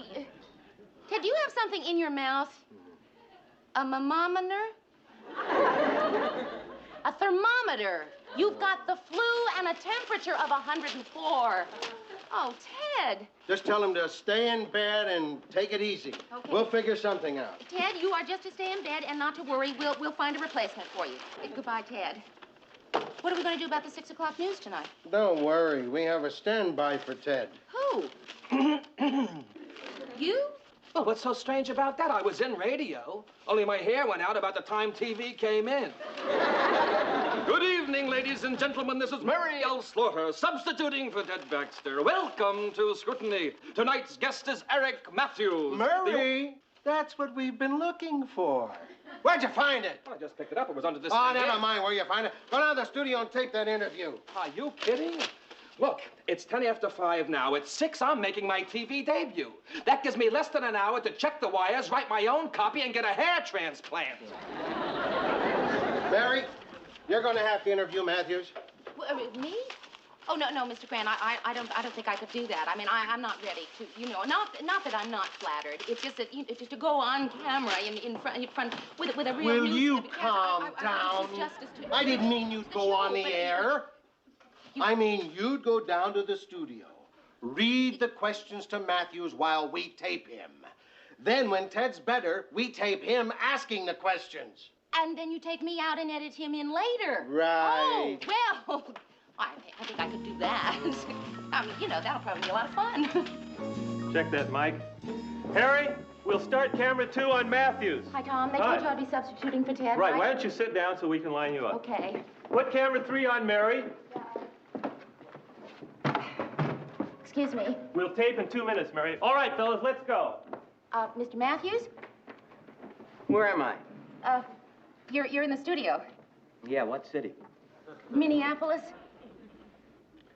Oh, well, thank you. Hi. Yeah, I'm sorry. I've been on this tour promoting my book so long that all the cities are running together. Oh, really? Yeah. Well, like, for instance, the other day I was sitting in my hotel room in Newark, looking out the window at the beautiful view.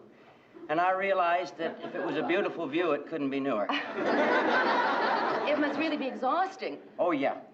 18 cities in 24 days, being interviewed by guys who've never read the book, whose first question is always... Will you tell us about your book? Right. Yeah. And then I bet they ask you, what gave you the idea to write it? Yeah, inane questions like that. It's Right. awful. Well, that takes care of the first 2 questions I was going to ask you. Oh, well, on the other hand, the questions are rather good. It's just my answers are dumb, right? Ted? Oh, no, that's not my Ted. I mean, I'm not Ted Baxter. Oh, no. But you knew that already, Yeah, didn't figured, you? I'm Mary Richards. I'm the associate producer on the show. You see, Ted is sick. So what we're going to do is I will ask you the questions that he would have asked you, and then later they'll take me out and edit him in. Oh, gee, I'm sorry Ted's sick. We were supposed to go out afterwards. I got an idea, though. Why don't I take you out afterwards and we can edit Ted in later? And my prayers. How about dinner? We'll talk about that later. Okay. And cue. Good evening, and welcome to Scrutiny. I'm Ted Baxter. And tonight, have you written any other books? Yeah, 3 others, but they didn't do too well. Why did this book do so well and the others didn't? Well, in the first place, this one got published. Well, can you tell me, when did you first begin to think that Are Men Obsolete was going to be a bestseller? When I saw that they'd put a picture of a naked lady on the cover. Well, I see our time is up. Our thanks to Eric Matthews. This is Ted Baxter. And we'll be back next week with Scrutiny. Wait a minute. I'd like to ask you a question, if I may. You never said when we were going to go to dinner. Well, we'll talk about that later. When? Over dinner. And cut. Tom, I'm sorry about this last part. Don't worry about it, Mary. It's only tape. We'll just cut it out later. Okay, fellas, it's a wrap. Okay, Mary, where should we go for dinner? Well, I know of a cute little place that's,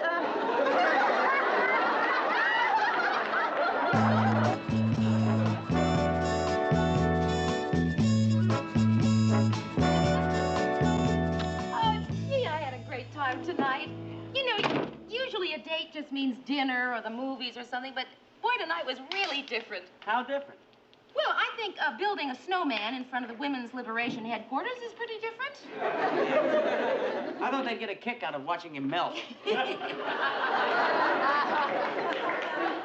you have a nice little apartment. Thank you. I see you've won your letter. Yeah.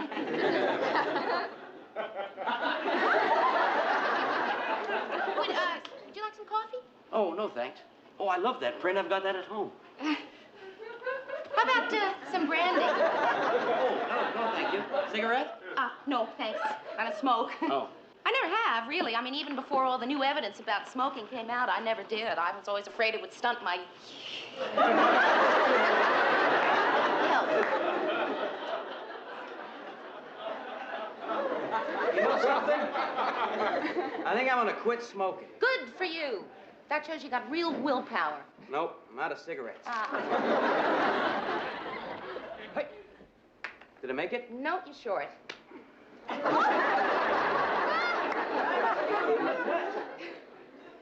Gee, tonight was great, Eric. The whole evening. The dinner, the snowman, the art museum. Yeah, you got a nice collection in this town. Yeah. Matisse, Van Gogh. Yeah, my favorite artist, Toulouse-Lautrec.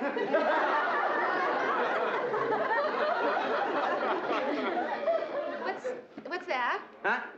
Oh, that's my pillow to sit on for height, you know. Listen, on these TV tours, you never know what you're going to run into, and not every television studio has nice tall chairs like you do. Oh. There are none in here. What? Cigarettes. I've decided to take up smoking again. Oh. Hey, is there a drugstore around? Yeah, there's one just down the street, about two doors. Okay. Well, I'll be back in a couple minutes. Okay.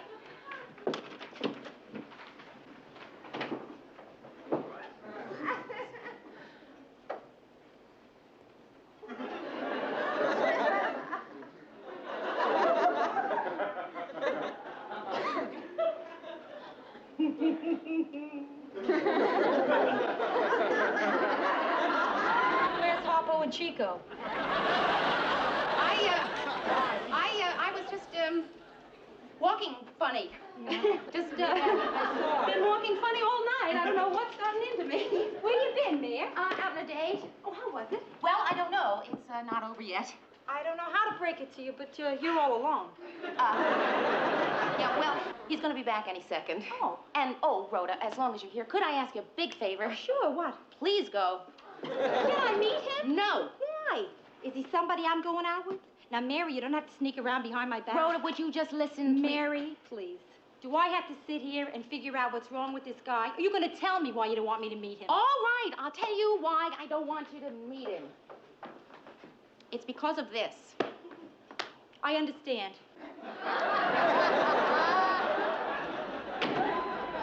He needs it because he's very short. What's he do, stand on it? Now do you see why I don't want you to meet him? You'll say something just like that. Thanks a lot. You really think I'd make a derogatory remark about a person just because he's a shrimp? You see what I mean? The drugstore's closed, so I guess I'll quit smoking again. Hi. Got a cigarette? Eric, I'd like you to meet my friend Rhoda Morgenstern. Rhoda, this is Eric Shrimp.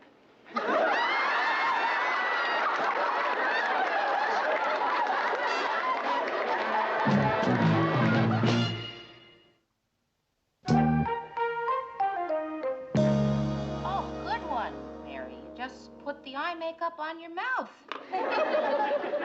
That's because you're upset. You know how I know you're upset? Not because you put eye makeup on your mouth. It's because you're talking to yourself. Want to watch that, kid? Hi. Hi. How'd it go last night? Oh, Rhoda, I don't know what's the matter with me. Eric is intelligent, he's funny, he's good-looking. And short. Very short. And you know what I am? I found out something about myself last night that's pretty upsetting. I'm a height bigot. My best friend's a bigot. Right. Why else would I be so hung up about height? You know, the whole time I was out with him last night, I kept telling myself about all his great qualities, and yet all I could think about was... He asked me to go out with him tomorrow night. You know what I did? I lied. I said I was busy just because he's short. My father's short. See? And it didn't bother your mother, did it? Bother her? She's the one who made him short. He was over 6 feet when they got married. Okay, Rhoda, go ahead. Joke about it if you want, but I just don't think I can. I don't think it's funny to be a bigot. I'm going to do something about it right now. Hey, I don't think you can turn yourself in for that. Eric Matthews, please. I'm going to go out with him, and I am going to wear high heels. I am going to stand up straight, and I'm not going to be self-conscious about being taller than he is. I hope he takes me dancing. Hello, Eric? And so, ladies and gentlemen, until tomorrow, this is Mary L. Slaughter substituting for Ted Baxter, saying good news and good night.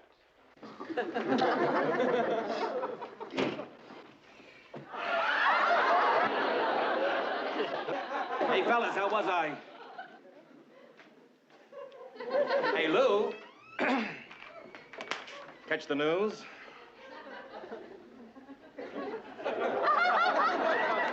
Uh-huh. How'd I do? Well, you know me, Murray. I don't go around passing out idle compliments. I wouldn't say you were great if I didn't think so.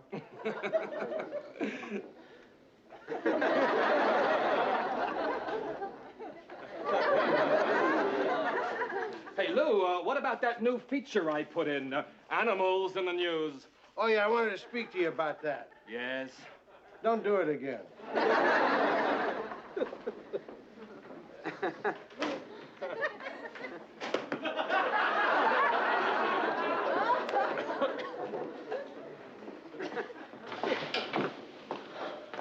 Hey, Mary, when the people found out I was doing the news for Ted, we got a lot of calls, right? Well, one. One call. Well, who was it? It was Ted calling to find out if he had a lot of calls because he wasn't here. Keep up the fair work, Murray. Hey, Lou, look, I want to talk to you about that animal feature, Lou. Hi, Mary. Hi, Eric. I'll be right with you. Sorry I'm late, but I picked up this jacket today, and I had to wait for them to take the emblem off the pocket. Oh, it's beautiful. Thanks. Where'd you get it? Robertson's? Oh, they have a marvelous men's shop. Yeah? I got this at the boys' department. Well, where are we going tonight? The Stop and Save. Well, that's a supermarket, isn't Right. it? You are talking to the world's greatest cook. Oh? And I wanted to watch that interview we did on the tube tonight, so I figured I'd cook dinner for you at your place. Sounds marvelous. All right, let's go.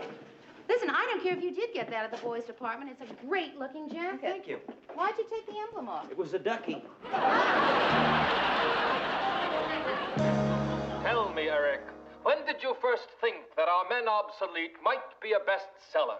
When I saw that they'd put a picture of a naked lady on the cover. Here comes the part they had to cut out where you asked me to dinner. Our thanks to Eric Matthews. This is Mary L. Slaughter substituting for Ted Baxter, saying so long. Wait a minute. I'd like to ask you a question, if I may. You never said when we were going to go to dinner. We'll talk about that later. When? Oh, for dinner? I thought they were going to cut that out.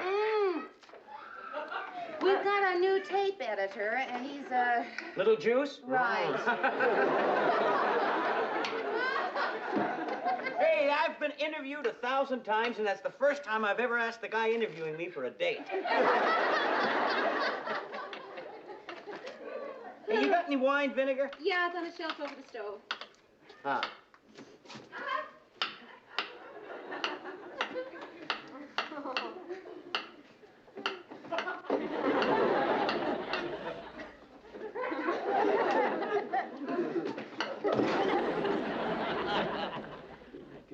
hand, Mary? Oh, sure.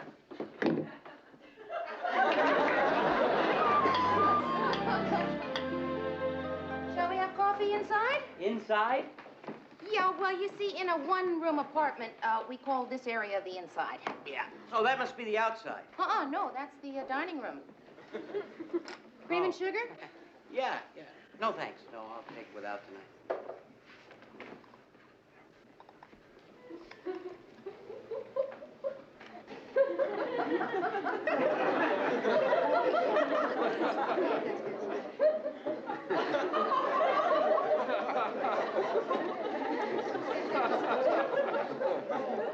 Well, how do you like them? What? My shoes. That's what you're looking at, isn't it? No, I wasn't. I was looking at the floor. And the distance between it and my shoes. Really, I was. I assure you, Mary, my feet do touch the floor whenever I walk. They'd almost have to, wouldn't they? Right.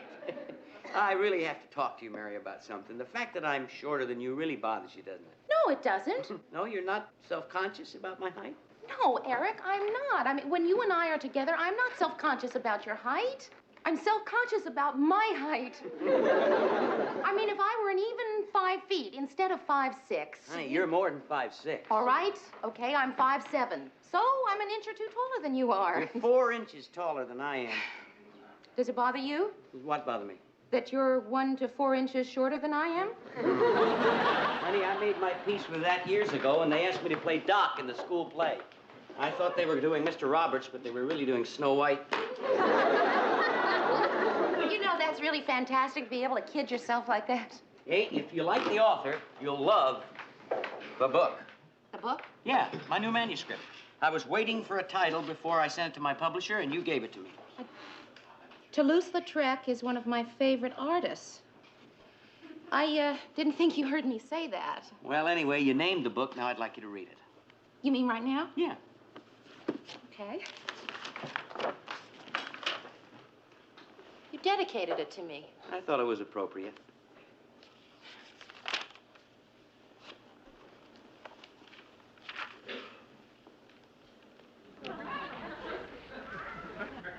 You know, Eric, I've never had anyone watch me read an entire book before. Oh, I'm sorry. I'll go out and take a walk, okay? Okay, that's a good idea. Hey, you don't have to walk me to the door. Listen, you're wasting valuable reading time. Right.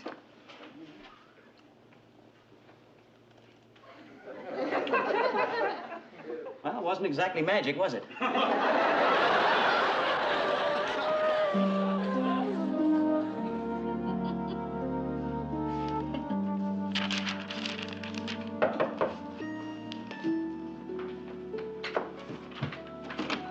I just love... Who do you just love? I thought you were Eric. You just love Eric? Yeah, no, I love his new book. His new book? Yeah, look at that. Mary, he dedicated it to you. Yeah. That's as good as a proposal, kid. Oh, come on. How can I describe how I feel about you, my best friend, getting married? Rhoda, I am not... Sort of a mixture of envy and hostility. But incidentally, I'm happy for you, too. Rhoda, will you listen Mary, to me? you listen to me. Now, about your reception, here's the plan. When you go to throw your bouquet, you fade back like you're going to throw it to the back of the room. Then when the other girls move back, I'll move up quick, and then you just lob it to me. Okay, now, would you like to hear about Eric and me? Yeah, okay. in detail. You know how it is when you're dating somebody? No. You know how it is when you tell yourself that despite all the evidence to the contrary, that you are really just good friends? Yeah. Well, that's the way it is with Eric and me. We are just good friends. When you're single and 30, there are no men friends. They're either fiancés or rejects. Oh.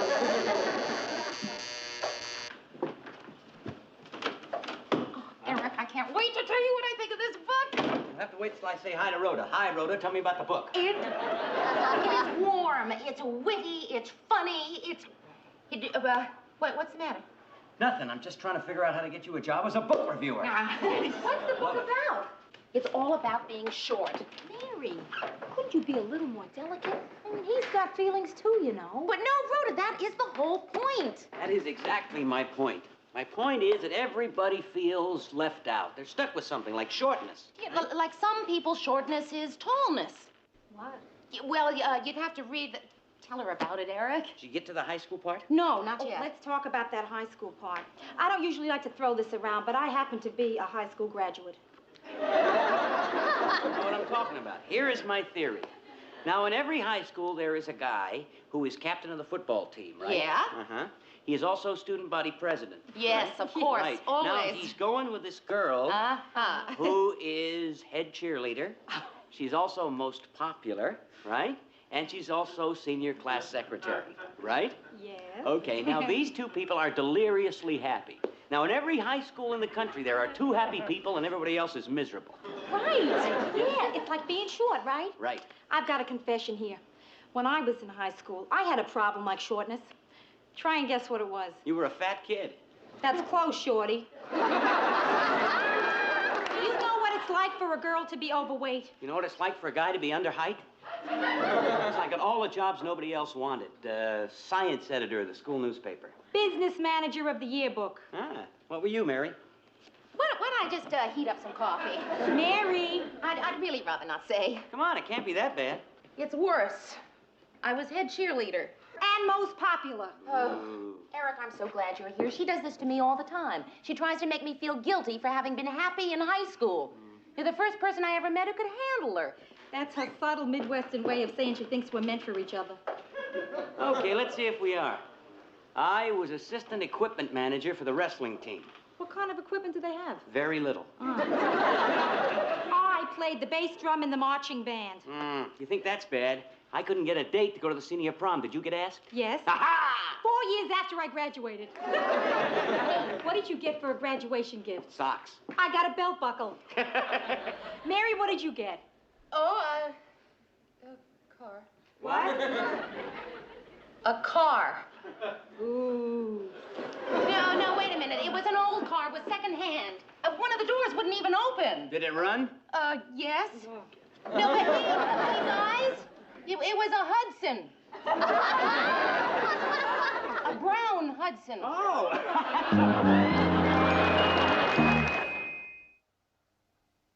And so, ladies and gentlemen, this is Mary L. Slaughter substituting for Ted Baxter, saying good news and good night. I give up. What's the matter? Well, people are so unappreciative. This is my last day of filling in for Ted, and nobody even bothered to call. We had a lot of calls after your appearance on Scrutiny with Eric Matthews. You did? Well, why didn't you tell me, Lou? We didn't think you'd really want to know. Well, sure, I want to know, Mary. What kind of calls did we get? A lot of people wanted to know how your dinner date with Eric turned out.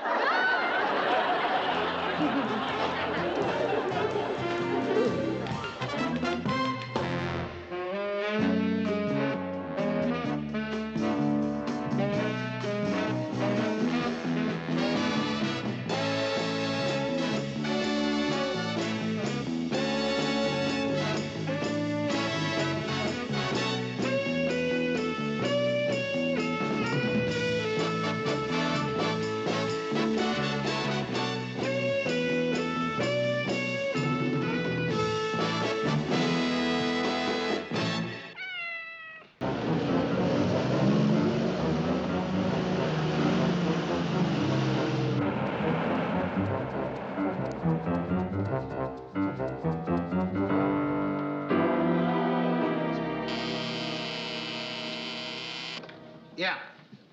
Okay, Murray, I'll turn it on. This is Ted Baxter. Be with me tonight at WJM election headquarters when this reporter and his team of political experts are the first to predict a winner in the Minneapolis city election. My comprehensive analysis will begin at 7:30, right after the Three Stooges. Come in. I can't. Oh. sorry, Mr. Grant. My hands were full. Mary, can I ask you a personal question? Yes, sure. What did you knock with? Oh, with my... Uh-huh. Mr. Grant, Murray and I dug up some fantastic facts for the election show tonight. Oh. And we thought that if you liked them, we could put them on cue cards in case Ted Baxter runs out of things to say. Good. Baxter usually runs out sometime after good evening, ladies and gentlemen. Sometimes after good evening, ladies. Mary, when somebody does a terrific job, I believe in letting them know it. Good work, Mary. Mary, I want you to be in charge out there on the floor tonight. You want me to be in charge? But that's your job. No, my job is telling you what your job is. But Look, if it's a question of extra money... No, it's not a question of money. Good, because there isn't any. Mr. Grant, you don't seem to understand. In order to be in charge, you have to be able to exert authority, and I've never been any good at that. You can do it. No, I can't. You could do it, but see, if I were you right now, I'd probably be saying, Mary, I'm in sort of a little bind right now, and if you don't mind... Look, I don't want to talk about it. You're doing it. You see, there it is. That's it. Start by telling the crew to take a half-hour dinner break. A half hour? The way the snow's coming down, it'd be nice if everybody was back by the time they had to start. Go tell them. Mr. Grant, really, I've just never been any good at exerting authority. They're probably not even going to listen to me. What'd you say? Well,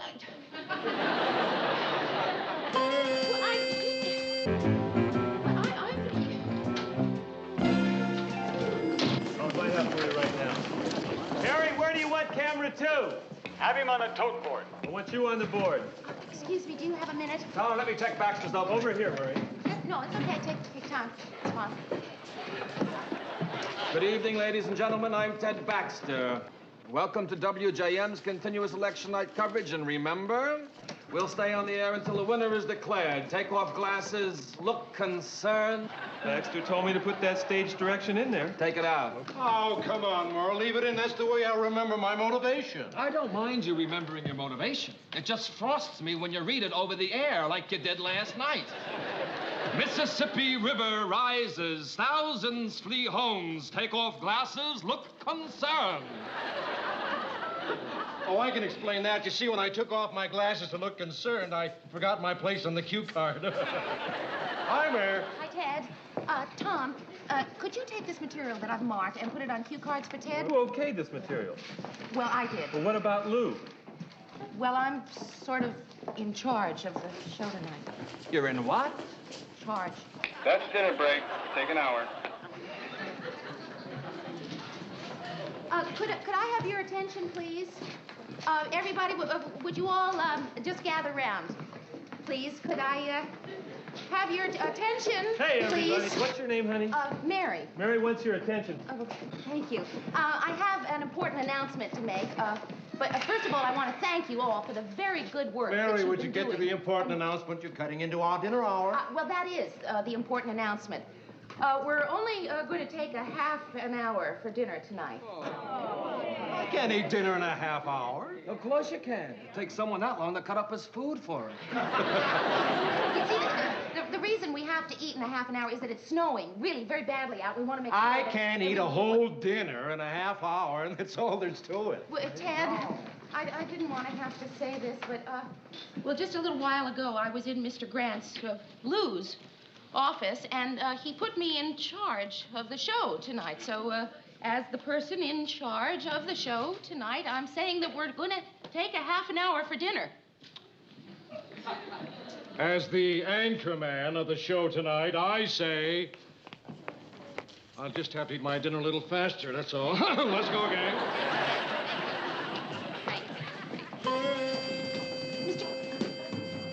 How's it going? Well, they're not, you know, I mean,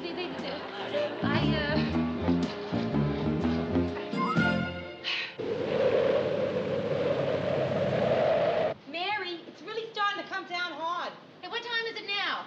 Don't worry, you had 15 minutes to get back. You want me to make you a cheese sandwich? Oh, great. Okay. Oh, I don't know what to wear. I don't know what dress to wear. I don't know what shoes to... I don't know what to wear. Why don't you wear what you got on? I already wore that.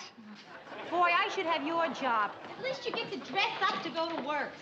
When a person dresses dummies in a department store window like I do, the big deal is every Monday morning when your smock is starched. Yeah. You don't know what it's like giving orders to Ted Baxter. Oh, is he gorgeous. Most people on TV are so phony, but that's Ted Baxter. When he takes off his glasses and looks concerned, oh, it's fantastic. Rhoda, can you get that for me? I'm not dressed. Mary, I'm making a sandwich here. Besides, it's probably for you. That's it. Wear the fur dress. Goes great with the fur shoes. Hello? Yeah? Oh, no. Oh, that is a problem. Wait, no, listen, it's nobody's fault. Sometimes, no matter how many precautions you take, these things just happen. Who's having the baby? Bye-bye. That was the employment agency. Our extra girls refused to come to work in the blizzard. Yeah? What were they supposed to do? Well, just answer the phones. I can answer phones. And look good on television. I can answer phones. You're on. Great, oh, Mary. My cheese sandwich. Yeah. How is it possible to make a bad cheese sandwich? Well, you were out of cheese, so I used yogurt.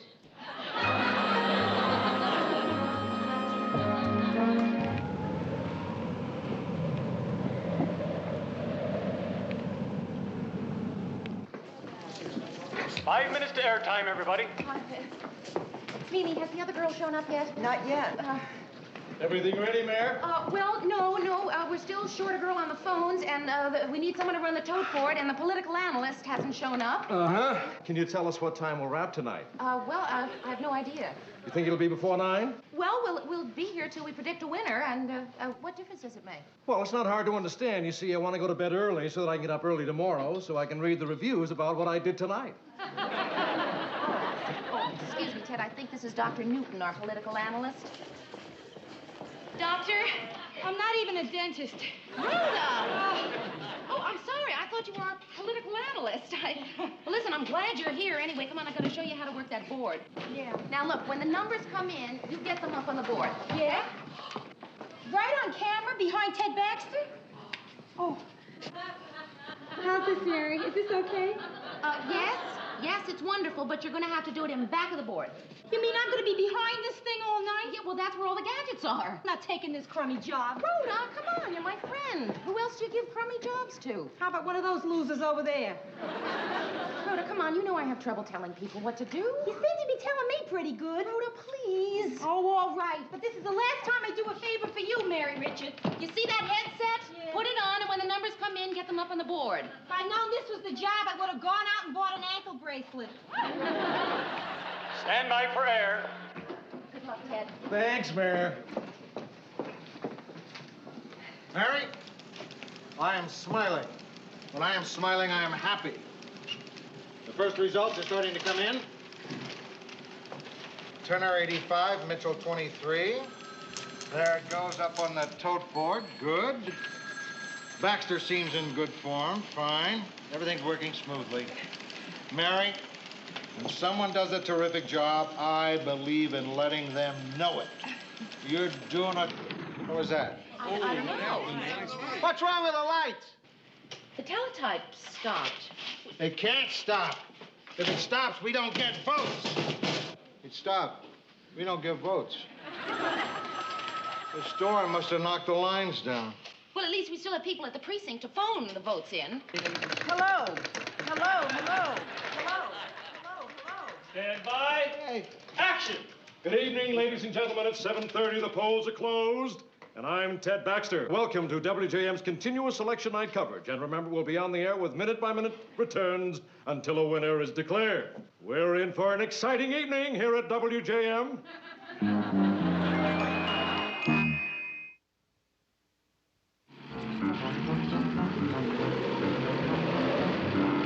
Yes, ladies and gentlemen, for those of you that have tuned in late, we've been on the air for 2 hours now, and the up-to-the-hour totals.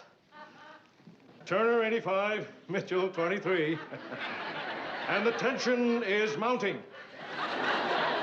Oh, a commercial, good. We'll be back with more election results, I hope, right after this commercial. And cut. I can't take it anymore. 2 hours of 85-23, 85-23. I need new numbers. I can't ad-lib anymore. But, Ted, your ad-libbing is great. Really? Really? Yes, just fine, fine. Look, a couple of small points. I mean, hardly worth mentioning, but, do you think it's right on the election show to do impressions of Humphrey Bogart? That's all you know. I was doing Jimmy Cagney. I'm not going back out there alone. Has the political analyst arrived yet? No. I'm going back out there alone. I'll never make it. Look, Ted, I'm positive the phone lines are going to be repaired soon. In the meantime, we're all counting on you to pull us through. 30 seconds. Stand by. Ted, you're going to be just fine. Mary, why do we have to go back on the air? Why don't we rerun last year's elections? At least last year's elections, the numbers changed. Not like Turner 85, Mitchell 23. Turner 108, Mitchell 61? Like that. Turner 112, Mitchell 74. Yes, the board's working. Don't stop me now, I'm rolling. Turner 136, Mitchell 114. Hold it, just... Rhoda, you're leaning on that switch. Hi, Mary. Nice guy. He's the floor manager, whatever that is. Rhoda, do you have to do that at a time like this? Do you know what it's like all alone behind that board? It was Turner 85. Mitchell 23, I know. Rhoda, please, get back there. Okay. Ted, I'm sorry. Rhoda made a mistake. These are the wrong numbers. Stand by, everybody. No, what's wrong is I'm standing on this mark, and that man is going to throw his finger at me, and I'm going to have to say, welcome back to election headquarters. It's still Turner 85, Mitchell 23. A definite trend is being set. Turner's lead seems to be holding quite steady. And the excitement is just beginning.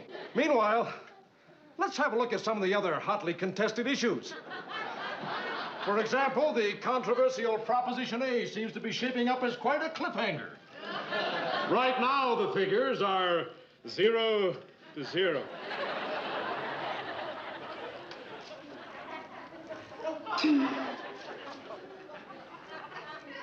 Have you ever wondered what the letters WJM stood for? Well, I certainly have. And so, in 1951, WJM was granted a license by the FCC. Have you ever wondered what the letters FCC stand for? That man is dying out there. He's read everything in the studio, including his driver's license. What we need are votes to talk about. What's happening with the phone company? Well, I sent a man over there. And? He's missing.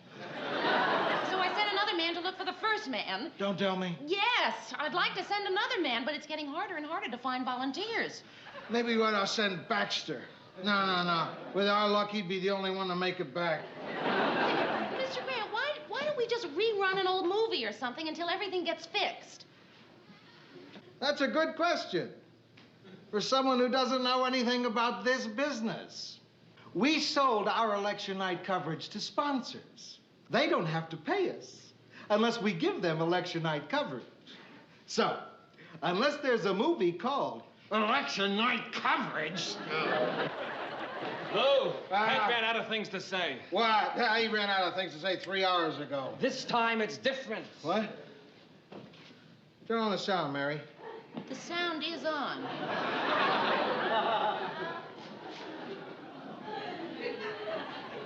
Oh, this is different.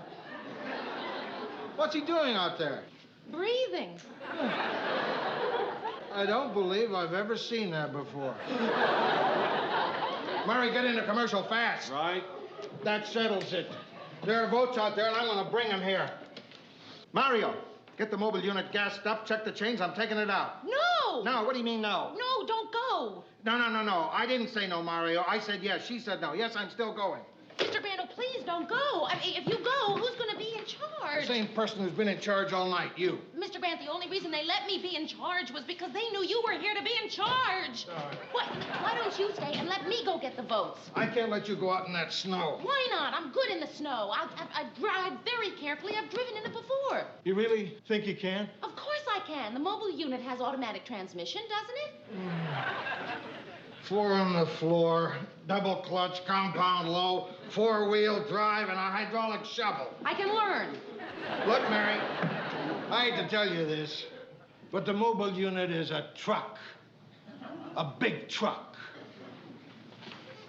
A big one. I can still learn. It's something, it's like an H, right? It's more like an H with a W in the middle of it and a T on the side. I'm sorry, Mary, you're still in charge. And will you stop looking like that? Like what? Like that, like a poster for Radio Free Europe. Well, I suddenly just feel so lonely. Turn on the TV. That's always good company. Add the yolks of 3 eggs, half a cup of walnuts, and bacon of 300 for this wonderful election night snack. He's doing recipes? I'll hurry. Yes, ladies and gentlemen, it's still Turner 85, Mitchell 23. But I'm sure our phone lines will be repaired soon, and we'll have some new results. With luck, maybe right after this next commercial. And cut! Ted, are you all right? You're doing this to me. Ted, I'm going to find you some help. Murray, he needs somebody to talk to. And don't look at me. I don't even talk to him at parties. Who are we going to get? Well, what about him? He's already in makeup. Oh, thank heaven, that must be the political analyst. Doctor? Father. Dr. Father? Father Flint. Oh, well, I'm very pleased to meet you. I wasn't expecting to meet a priest. It's my turn to do sermonette. Oh, Father, we're having a little trouble here. I know. I haven't seen a man suffer like that since Joe. Father, would you consider going on with him? Oh, I'd be delighted. I've always wanted to do a talk show. Thank you, Father. Ted, we've got some help. What's he doing here? Do I look that bad? Relax, my dear boy. You're going to be all right. Now, where's my close-up camera? Am I on my mark here? In the chair, Father. All right, coming out of commercial, stand by. Good luck, Ted. It's going to be fine. And, Father, thank you. Stand by. Action! Back again, ladies and gentlemen. We're fortunate to have an old friend drop by to say hello while our phone lines are being repaired. I'd like you to meet Father... What's your name? Father Flint. Father Flint. Tell me, Padre. Now that I've got you here, there's a question I'm sure our viewers would like answered.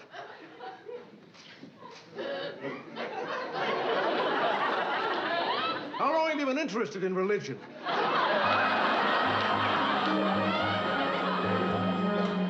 Did you hear the one about the minister and the rabbi and the priest who all decided to play golf one election day? Yes, Father, about a half hour ago.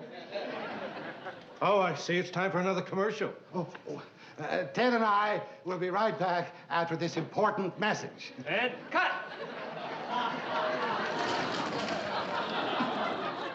It's going just fine, Ted. Really fine. I think you're going to have to find someone to take Father Flint's place. Poor man, he seemed to have lost a lot of his wind after they sang Danny Boy. Hey, listen, everybody. Channel 3 just predicted Turner a winner and signed off. All we have to do is declare Turner a winner. We can all go home. Hold it, just a minute. What was that? That was, hold it, just a minute. We can't go on with that information. It's not official. It's official enough for me. Murray, no, we have an obligation to those people out there. Mary, all those people out there are sleeping. I feel no obligation to sleeping people. Well, I'm sure at least Turner and Mitchell aren't sleeping. It wouldn't be right. It would be dishonest. Oh, is she? Anyway, Rhoda, I feel very strongly about this. It would be wrong. It wouldn't be so bad. Hey, what more do you need? All right, coming out of commercial, stand by. I am going to declare a winner now. No, Ted, look, I know you're dead tired and you want to go home, and we all want to go home, but I just cannot let you make this announcement. I'm going to declare a winner now. Ted, if you declare a winner now, you're fired. Stand by, everybody. And action. Welcome back, gentlemen and ladies. It looks like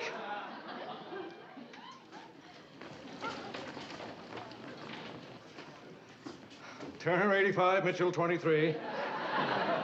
And we'll stay right here until we get all the facts to declare a winner. Oh, I see Gordy the weatherman just stopped in to say hello. He's going to tell us all about what makes it snow right after this commercial. And cut! Congratulations, kid. How'd you do it? I don't know. I just opened my mouth and your fire just came out. I guess I'm not so bad at being in charge after all. Say, Rhoda, aren't you supposed to be in back of that board right now? I don't feel like it. Tom, I wonder, could I talk to you about... Later, honey, I'm busy. You, but I'm supposed to be in charge.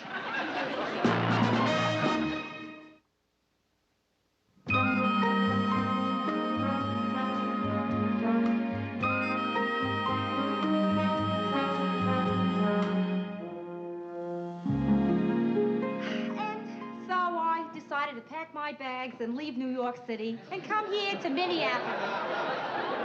People ask me, why Minneapolis? And I replied, why not? Oh, I see it's time for a commercial. Ted and I will be right back after this brief message. And cut!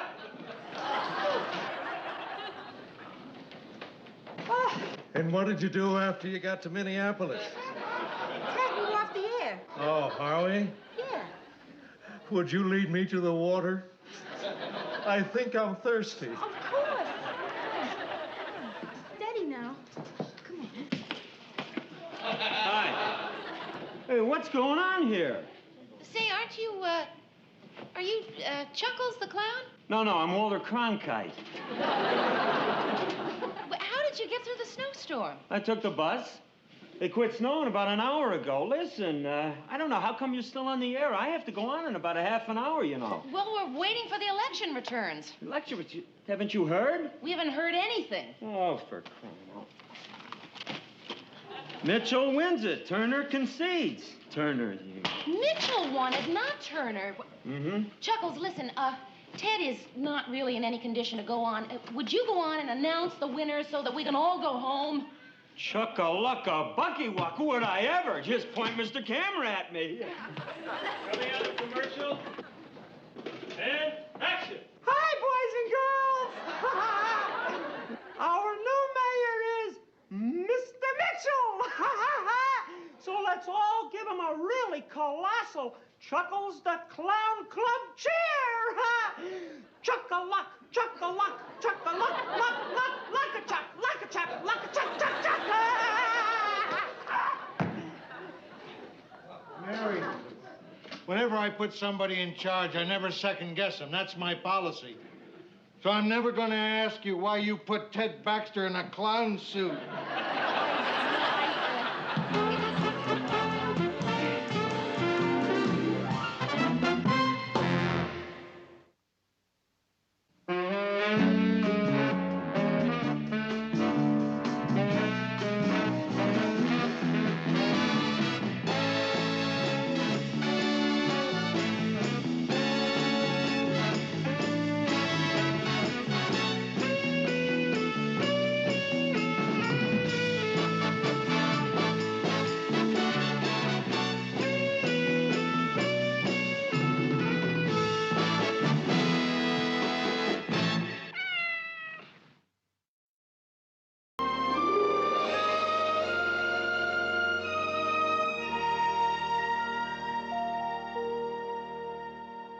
The wind is from the northwest, and tomorrow the weather will be clear. And now to top off this edition of the 6 o'clock news.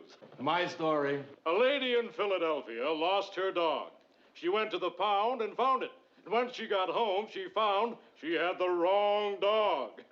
The woman who didn't know one dog from another was a vegetarian. Veterinarian! Probably somebody calling to ask us to explain what Ted just said. Newsroom. Oh, hi, Rhoda. Listen, I'm sorry I'm late. I got hung up here. Did you think of a movie for us to see? Wait, no, don't pick me up. I want to come home first. Yeah, I'll try to think of a movie. Bye-bye. Go see the new John Wayne picture. Is it good? They're all good. I never miss a one. Why is that, Lou? Do you identify with John Wayne? That's it. Wayne gets teed off at somebody, he Hits up. or shoots them. I get teed off at somebody, all I can do is write a memo. Like this one. Say, Mary, you want to see a good movie? See Son of Flubber. You can't go wrong with a Disney movie. You know what my favorite Disney movie is? Snow White. Right. Hey, who can name all 7 dwarfs? I can. Lou, how about you? Murr, how about you? Lou, you want to grab a hamburger? No, I don't eat meat. I'm a veterinarian.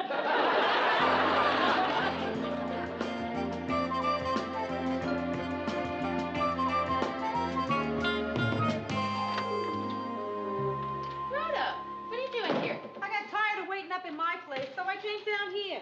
Listen, I'm sorry I'm late. Oh, what's the matter with your leg? This is the lotus position, a yoga exercise.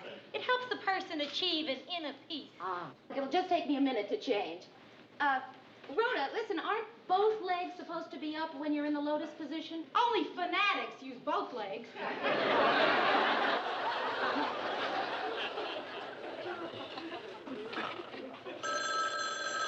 Hey, can you get that? Oh, sure.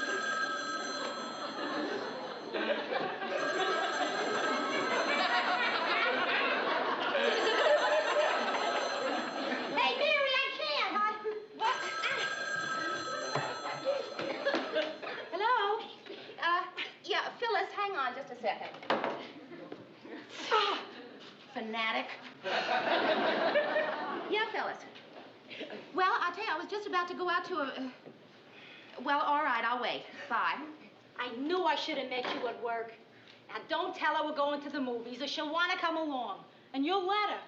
You know, she sounded kind of frantic. Sure, she's frantic. We might go to a movie without her. Oh. Hi, Phyllis. Something's come up, and I wondered if you could take care of Bess for a few days. Oh, what is it?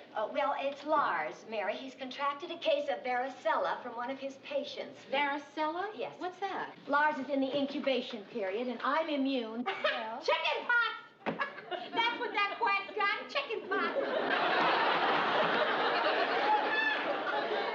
I really wouldn't ask you if it weren't an emergency, Mary. You said varicella, but it's plain old mundane chicken pox. Rhoda, would you A please... pig disease! Rhoda, please, Phyllis.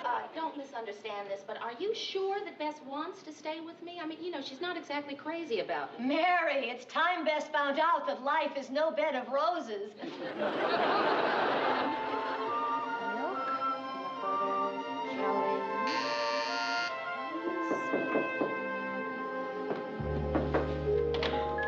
Hi. Bess will be up in a second. These are the books. The books? Yeah, on creative child rearing. I know some people find it amusing that I insist on raising Bess from these, but the men and women who wrote them are experts, and the people who laugh aren't. Besides, Bess thinks these books show a lot of insight. Bess has read these? Yes, why does that surprise you? Well, yeah. I mean, she's just a little girl. Wrong. She's just a little girl. Chapter 6. The adult who says of a child she's just a little girl is clearly showing her ignorance. Well, what do I know? Now, she's going to be here in a second, so I think I ought to prepare you for something. Oh, what? Well, it's just something she does when she's angry. I just ignore it. I wish you would, too. Well, what? Oh, Mother's coming, No, Bess. no, Mother is not coming until Mary finds out what it is that Bess does. She wears my wig and makeup.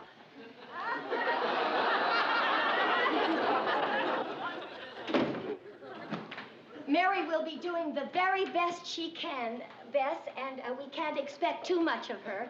Remember, Mother and Father love their Bess, and Mary likes her.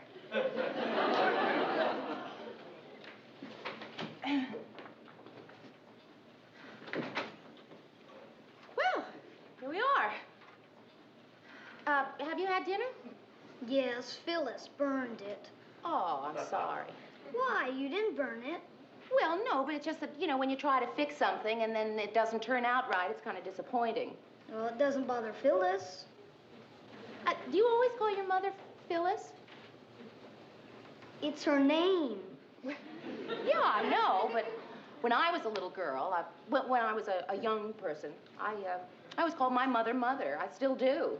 I mean, I never even think of calling her Marge. That's what it is. It's Marge.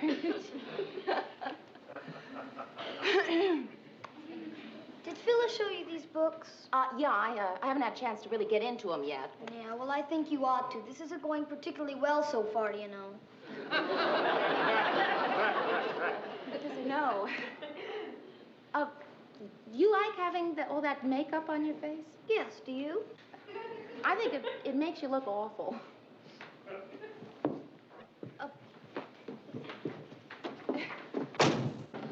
Bess? Bess, what are you doing? Mary? Bess forgot this. She likes her milk in it. Oh. How's everything going so far? Don't answer. I know everything's going great. Where is she? Well, she's, Locked herself in the bathroom, huh? Well, yes. You said something without looking it up in the book first. Is that right? Well, yes. What did you say? Well, I told her I thought the makeup looked awful. And now you're trying to get her out of there. Yes, I am. Phyllis, could you help me, please? Of course I'm going to help you. Good. Here, Chapter 8, Right of Privacy.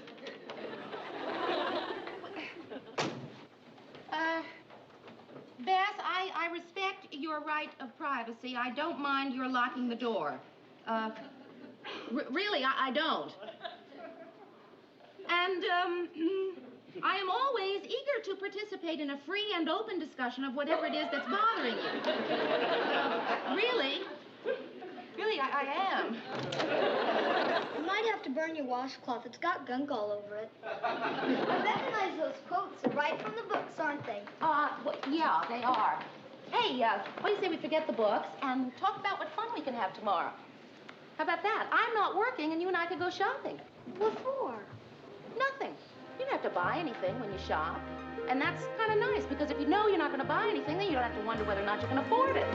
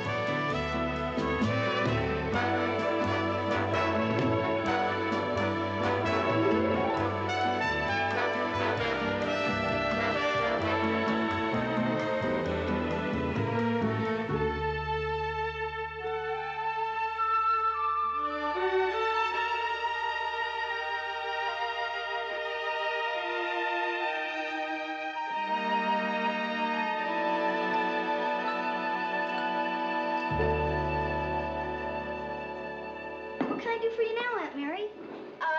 Well, why don't you go get the mail? Okay. I'll get it. Hi, Aunt Rhoda. I'm going out to get the mail, but if you haven't had breakfast yet, set a place for yourself. Who is that nice, short little person? That's my roomie. I can't believe it, Mary. What happened? Well, you know something? She's really just a nice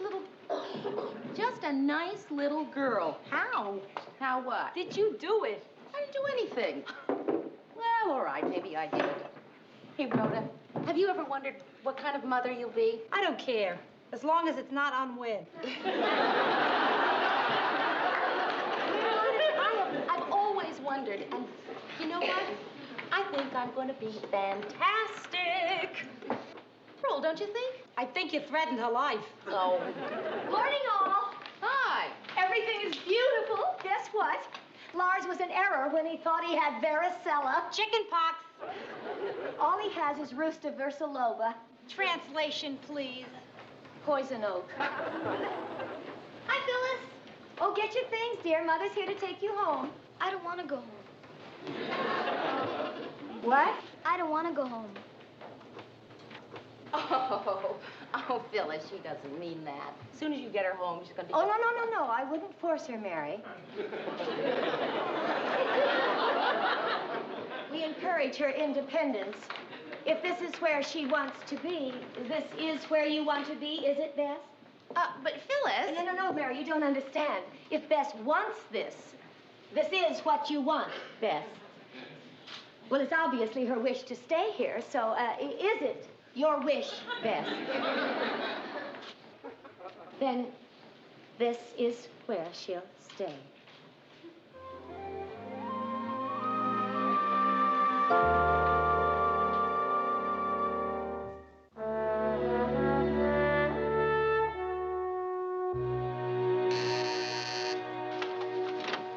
Oh, hi, Mary. Come in, love. Phyllis, listen, I just feel awful about this. About what? Well, about what Beth said. I mean, what I think is she just wanted to stay with me for breakfast. Oh, no. She meant she wanted to stay with you forever. No, Phyllis, I'm sure she didn't. Oh, but she did, love. You're gay and young and unencumbered.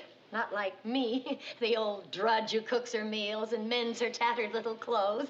Of course she wants to stay with you. No, she doesn't. But she does, dear, for now. Maybe in a week or two she'll become bored. Not with you, of course. Maybe less than a week. Honestly, Phyllis, I don't know how you can be so calm about this. I mean, if my daughter... Should you ever be so fortunate as to become a wife, and then mother a child like my Bess, trust me, Mary. Well, okay, But boy, Phyllis, I really... Trust me.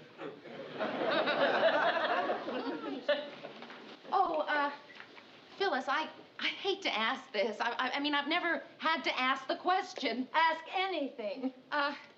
Phyllis, I've got a date tonight. Could you babysit? Good evening, ladies and gentlemen. This is Ted Baxter with the 6 o'clock news. So far, so good. It was disclosed today that Deputy Defense Minister Nguyen Van Wat met last week with Lanol. Lanol at a top-secret enclave near Phnom Penh. Whatever happened to good old days when they had wars in England? You find a way to mispronounce London. Ted, Mr. Grant asked me to remind you it's Richard Milhouse Nixon, not Millhorse.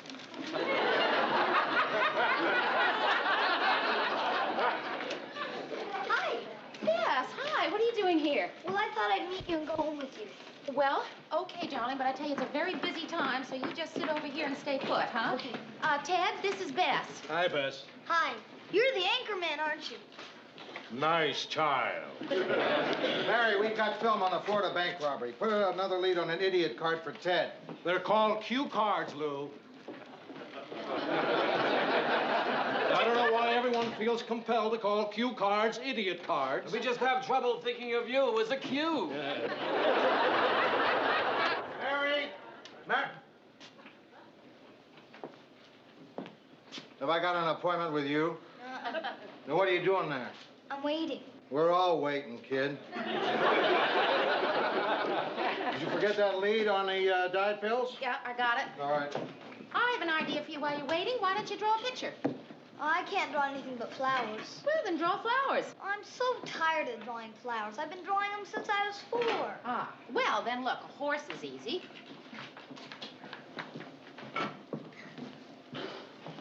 Say, Mary, that's a nice horsey. Thank you, Ted. Mary, where are the idiot cards?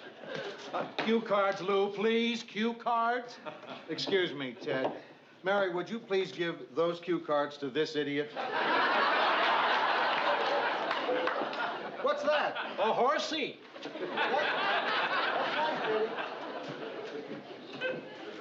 Hi. Hi. I'm waiting for Mary. Oh, you want something to do? Uh-huh. Do you like to recite in school? Yeah? Okay, repeat after me. Nguyen Van Wat.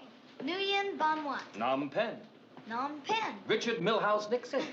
Richard Milhouse Nixon. Good. How'd you like to be the anchor kid?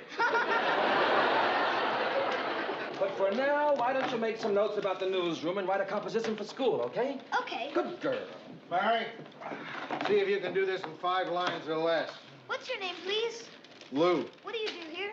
I'm the boss. Thank you. Mary! How's it going? Fine. Good. Yes, sir. Who's the kid? Oh, well, that's kind of a long story. Not gonna be a long story. I say, who's the kid? You say Sally Jones. Who's the kid? Bess. That wasn't too long. She's the daughter of my downstairs neighbors, but now she's staying with me, and, You may not have noticed, but I never cuss when there are kids in the newsroom. yes, I did. I noticed that, and I want you to know I appreciate your watching your language. I don't like to watch my language. I don't like having kids in the newsroom. I mean, I'd like to cuss right now because that kid's out there. But I can't cuss because that kid's out there. Do I make myself clear? I think so. You'd like to cuss, is that it? Yes.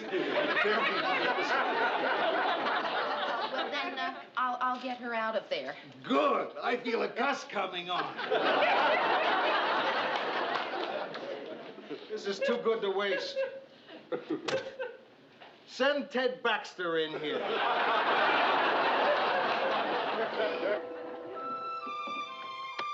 Boy, I really like where you work, Mary. It sure is a lot of fun. What do we do tonight? Well, we could talk about what we're going to have for dinner. Well, what about TV dinners? We don't have any. But I could go out and get some, and that'll give you some time to figure out whatever's got you so uptight. That's a good idea. Okay. I'll walk slow. Bye. Okay, and charge it to my account. Okay. Hi, Aunt Rhoda. Hi, kid. Hey, Mary, I know you still have this thing to straighten out with Phyllis, but I've got a problem that's sort of pressing. I need $40 to pay a fine, or I'll get arrested. A traffic fine? No, I fed a buffalo. Yeah, sure you did, Rhoda. Really? It was such a nice day. I went to the zoo on my lunch hour. Anyway, you know I've always been a sucker for buffaloes. You know those signs that say, don't feed the buffalo? Well, I fed the buffalo. And they really fine you for that, if they catch you. Rhoda, what did you feed him? Low-fat prune yogurt. Mary, that buffalo's gonna have some nice figure. Yeah. Can you spare the 40? Yeah, I think I can. What's happening with that dizzy Phyllis? Nothing. Oh, She's still trying to act as though nothing was wrong. And I just don't know how to get through to her. I'm gonna have to, though, aren't I? yeah. It's either that or start saving up to put the kid through college. In addition to paying for my buffalo. Ah, right, yes, I'll write you a check. I couldn't look at you, knowing how you feel, and take money from you. I'll pick it up later.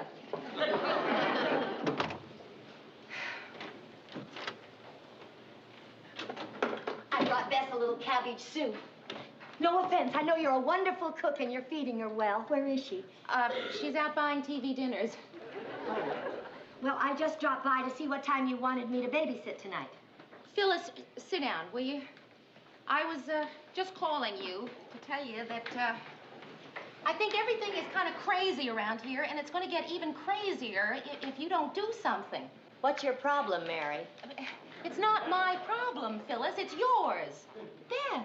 Oh, we've been all over that. It's just a phase Bess is in. Phyllis, you know what? I think Bess would want to come home if you'd just show her that you miss her. Why don't you come right out and say it, Mary? You think I'm a lousy mother. No, I don't, Phyllis. I'll tell you exactly what I think.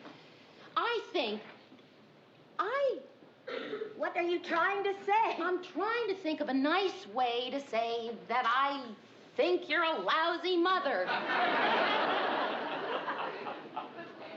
Well, Miss Daughter Snatcher, let me tell you something. I have read all the books, and I feel that what are you doing wearing my love beads? Bess made these for me this morning. Can you beat that? She's made you the same bead she made for me. She loves you. She wants you to be her mother. Oh, Phyllis. What is it? Bess, she saw me crying. Oh, she'll hate me for being weak. Oh, Hate you?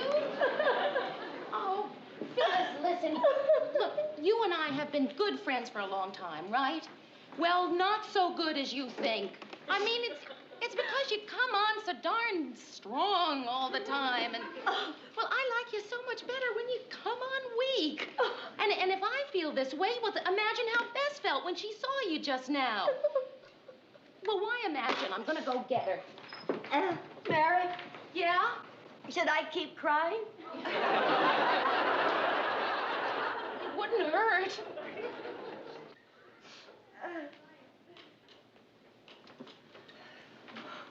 Phyllis, do you know where Mary left a check for me? I got fined for feeding a buffalo. There's no need to get that upset. It's all taken care of. You're an incredibly sympathetic person. Do you know that? My goodness. Hey, I better get out of here. I think I'm depressing you. If the zoo was half as sympathetic as you are, I wouldn't need the $40. Mary, whatever you do, don't mention the buffalo. Phyllis, Bess went home. Home? Home. I just talked to her, and you know what she said? Well, it was just so touching. She looked up at me, and she said, uh-huh. She said, uh-huh.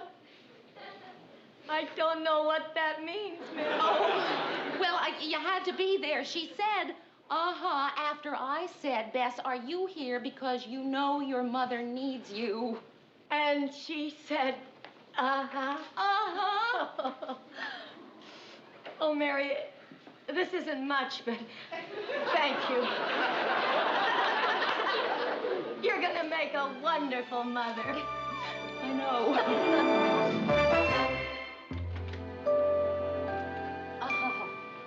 Oh, isn't this silence lovely? Hey, Mary, I love movies, but not the kiddie show at 10 a.m. on a Saturday. Yeah, but Bess wanted to treat us, so how could we refuse? Yeah. Anyway, it was so nice seeing Phyllis and Bess laughing together. I see what you're getting at. Phyllis and Bess laughing together.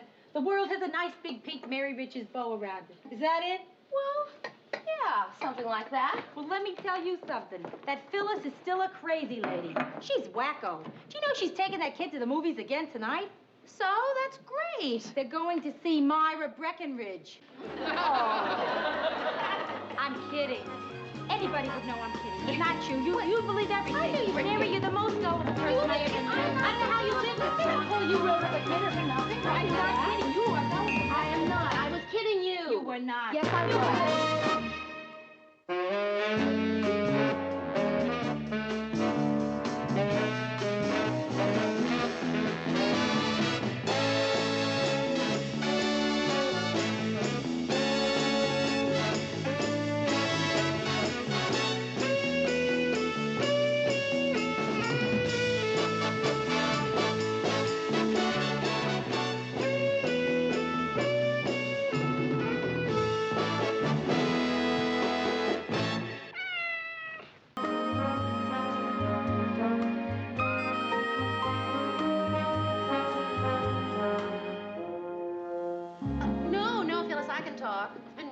Quiet around here today. Mary, get a camera crew downtown right away. Just this minute. Phyllis, I'll call you back. Mr. Grant, we don't have a camera crew available. There's one covering a riot at the prison, and I can't locate the other one. The biggest story of the week breaks and we're doing a prison riot? What's the story? There's a major traffic jam. A major traffic... Mr. Grant, why is the traffic jam more important than the prison riot? You are so lucky. I am going to tell you everything I know about news. It's worth taking notes. Oh. Don't take notes. Why is a traffic jam more important than a prison riot? How many people would you say are in a prison riot? Offhand? How many? 50. How many in a traffic jam? Oh, I see. No, you don't. A lot of those people in that traffic jam are going to go home and watch the news, right? Right. Those guys in the prison riot aren't going to be watching the news. They're going to be over the wall or in solitary. Did you learn something? I'll find that other crew.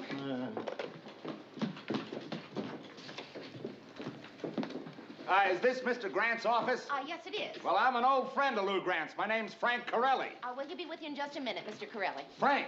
Frank. Prison? Would you give me the warden's office, please? Thank you. Yes, can you tell me where the riot is today?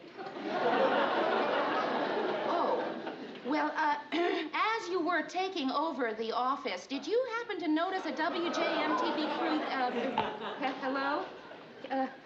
Sorry, a kind of a crisis situation has arisen. I'm sure Mr. Grant won't be too much longer. I got it solved for you, Lou. How? I dug up this film of a 1952 traffic jam. All traffic jams look alike.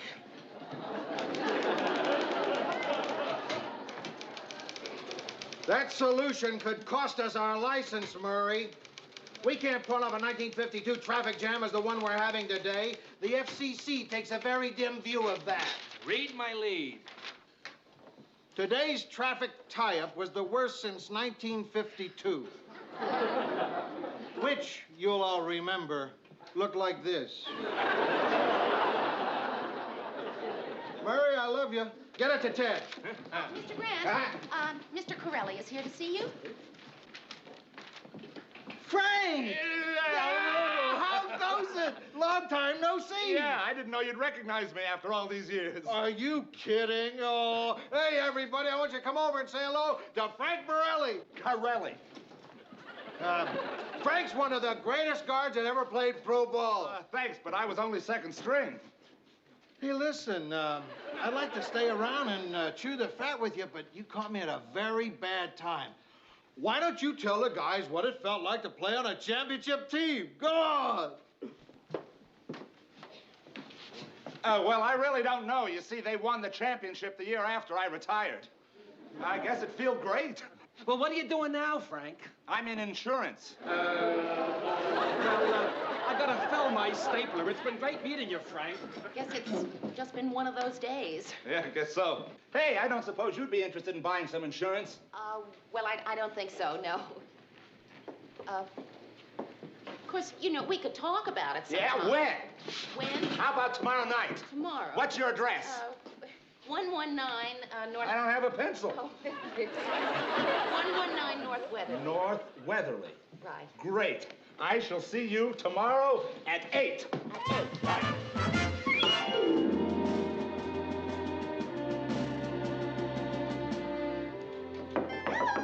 Come in.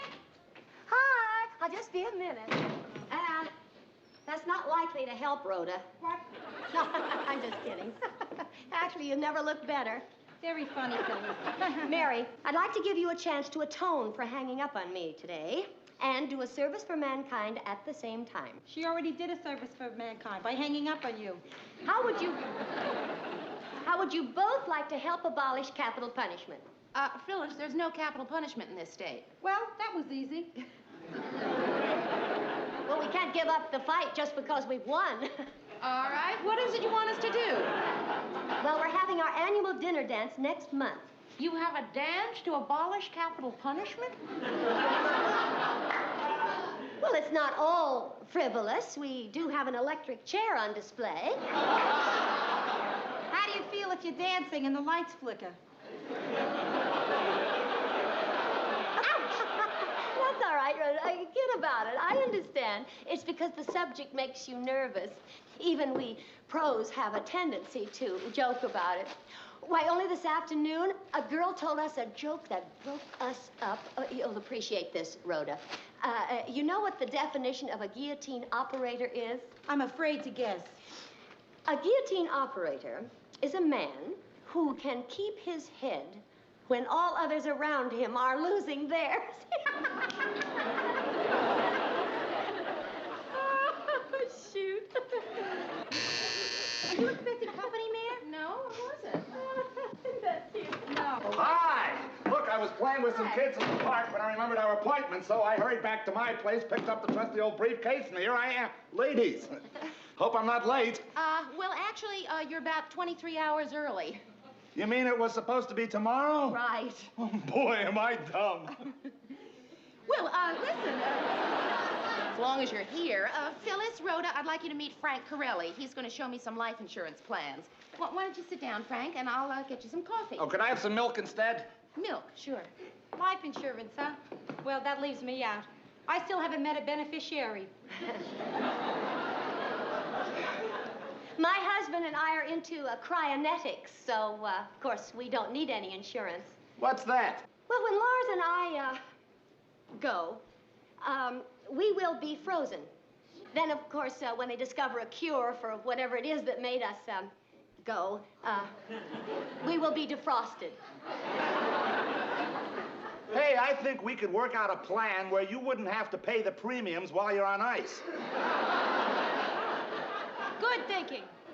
Frank, how would you like to serve humanity by stopping capital punishment, and all you have to do is buy a chance? Yeah, a chance, sure. You can win a genuine antique guillotine. Ah, just what you've always wanted, right, Frank? For that wall, you never know what to do with.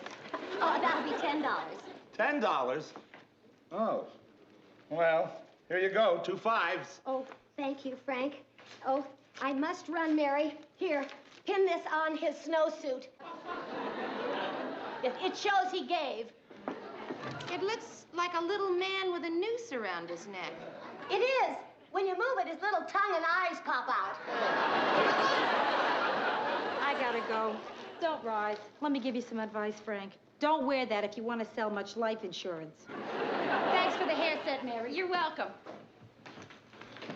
Well, I'd better show you one of our whole life plans, huh? Oh, is this a picture of you, Frank? Huh? Oh, gee, I must have grabbed that by mistake. Yeah, you see, that's sort of my scrapbook. You know, one thing's for sure, you're never going to get a hernia lifting my scrapbook. You know, that's one of our old locker room jokes. Oh. No offense meant, ma'am. You know, there's nothing quite like an old locker room. Gee, this is a nice picture of you. Thanks, that's my bubblegum card. Hey, I don't think I've ever met anyone who was on a bubblegum card before. Yeah, there's some information about me on the back. Look at all the places you played. Los Angeles, Dallas, Minnesota. Mm-hmm. You know, if I'd been on the first string of the Vikings, I could have owned a restaurant when I retired. Is that what you really wanted to do? Well, it sure beats hustling insurance. Yeah, owning a restaurant's a good career. Or Colts 21, Lions 14, San Francisco 0, Chicago 22. How was I? I don't know. It depends on what you were doing. Sportcasting. I'll be honest with you, Mary. That's what I really wanted to talk to Lou Grant about. I heard that there was a job for a sportscaster that was opening. Yeah, I think there is. Well, how about it? Do you think you can get me a crack at it? Well, you don't need me. Mr. Grant's going to have open auditions for the job. Yeah, well, it never hurts to have contacts these days, Mary. Yeah, but in this case, In fact, Frank... you gotta have a contact to get anywhere these days. Yeah, but I don't think... Hey, will you be my contact? But Will you be my contact? I'll be your contact. Mr. Grant, has the sportscaster's job been filled yet? Nope, but I won't be open for long. Everybody in the state wants that job. And why not? All you have to do is stand in front of a camera, read the scores for 2.5 minutes, and collect 20 grand a year. I'm trying to figure out a way I can throw the job to my wife. Do you think that Frank Corelli might be any good? No. But what if he came in and auditioned and, just really knocked you right out? What if he was terrific? You know, that's not a bad idea. You mean seeing Frank Corelli? No, my wife. If I put her in a sports jacket, pull her hair back, tell Frank he can audition. Yeah? Hi! What? Bet you didn't expect to see me today. No, I didn't. What are you doing down Plugging there? in my tape recorder. Oh! Are you all right? Oh, yeah, it's been hit a lot harder. Hey, you want to hear my book? Hear your book? Yeah, it's something I started my last year in training camp. A lot of the fellas are doing it. Sort of a diary on tape. And then they get some author to come in and turn it into a book. I never finished mine, though. Well, it shouldn't be a total loss. At least you can get to hear my speaking style. Oh, by the way, I spoke to Mr. Grant. He said you can audition. Oh, that's terrific. Thanks. You see what a contact can do? Okay, now listen to this. Testing. 1, 2, 3, testing. It gets better. My Life on the Gridiron by Frank Corelli. This book is dedicated to my wonderful teammates, the 65 Rams, the 66 Cowboys, and the 67 Vikings. Very interesting, Frank. Wait a minute, I'm just rolling now. Listen. Page 1, July 20th. First day of training today. We did a lot of exercises and ran up and down the field. I must be getting old. We got a saying on the locker room wall: out of shape, out of breath, out of the championship. July 21st. Head coach Lucas yelled at me today, especially when my man got by me a couple of times. He's a rookie, but pretty quick. The defense keeps blitzing, and I'm really beat. Well, it's lights out. What does blitzing mean? I don't know. Sounds terrible, though, doesn't it? Come on, you must know, Mary. Look, I like you anyway, but you're definitely the type that was a cheerleader in high school. I was not a cheerleader. No kidding.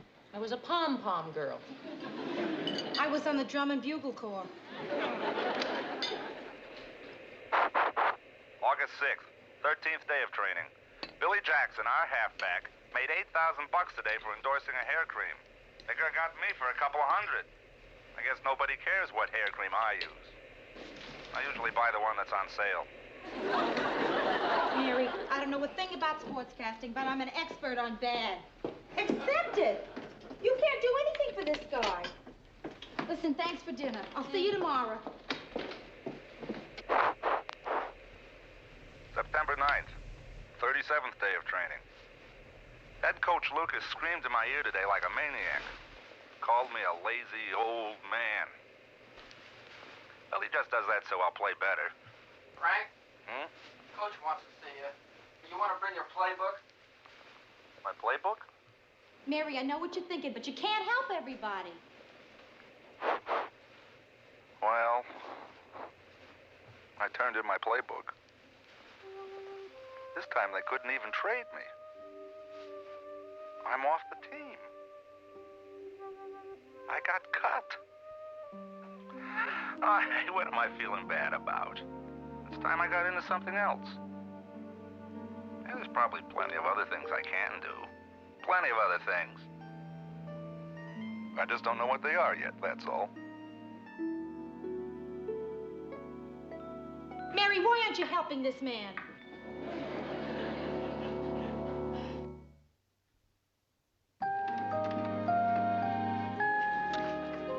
Anything interesting, Mary? Well, a couple of bills. An ad for a correspondence course. Oh, yeah, for what? The famous plumbers' school. The famous plumbers? I get on some weird mailing list every once in a while.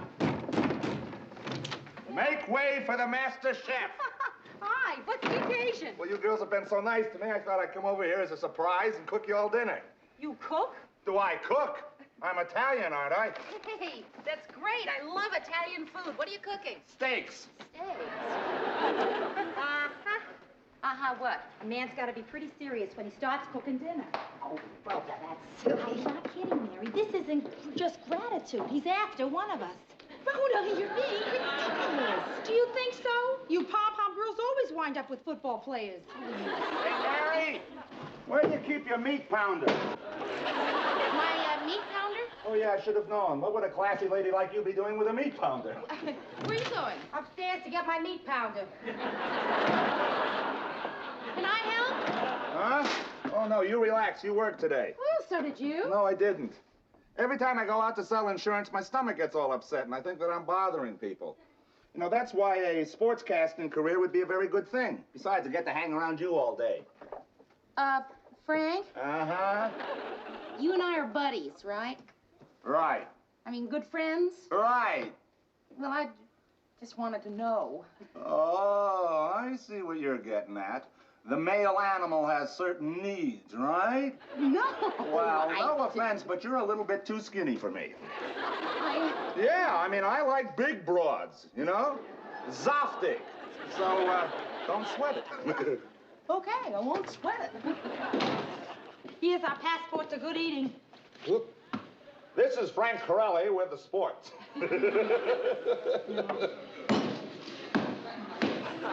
Frank, You gotta do it my way. Am I getting through to you, Frank?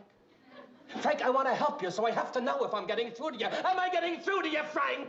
Only one more to go before your audition. Mary, I can't do a thing with this man. He won't listen to me. How can I help but listen to you the way you're screaming? I'm only screaming at you because I want to help you. Well, stop screaming if you want to help All me. right, now both of you, please stop this. What seems to be the problem here? Well, I wrote that special copy for him like you asked, but he insists on reading his copy. Go ahead, read your copy. Let Mary judge. She'll say it's rotten, then I can help you, because I want to help you, Frank.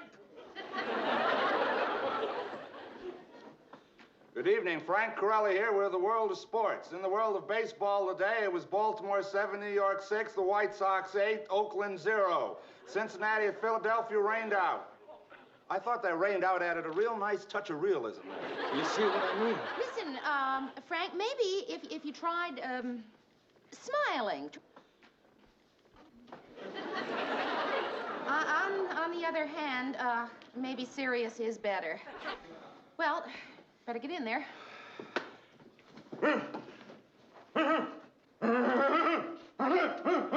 you all right? Yeah, I'm just psyching myself up like I used to before every game. He's gonna bite a cameraman.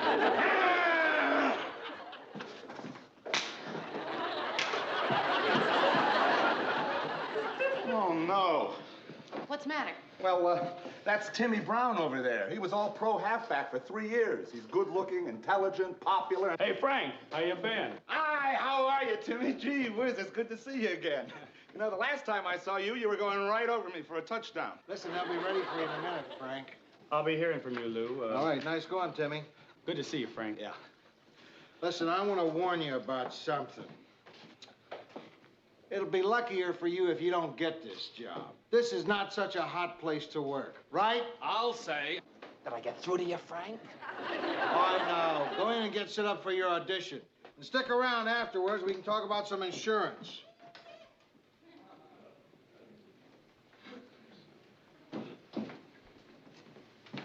He doesn't have a chance, does he? No.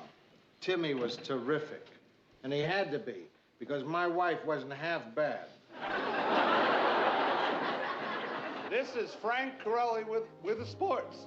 Today in the world of baseball, it was...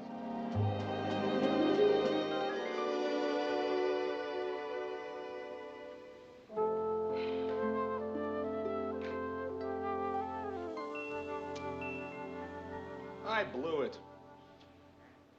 Look, you girls have been a big help. Thanks a lot. Where are you going? I don't know. I think I'll go take a long walk.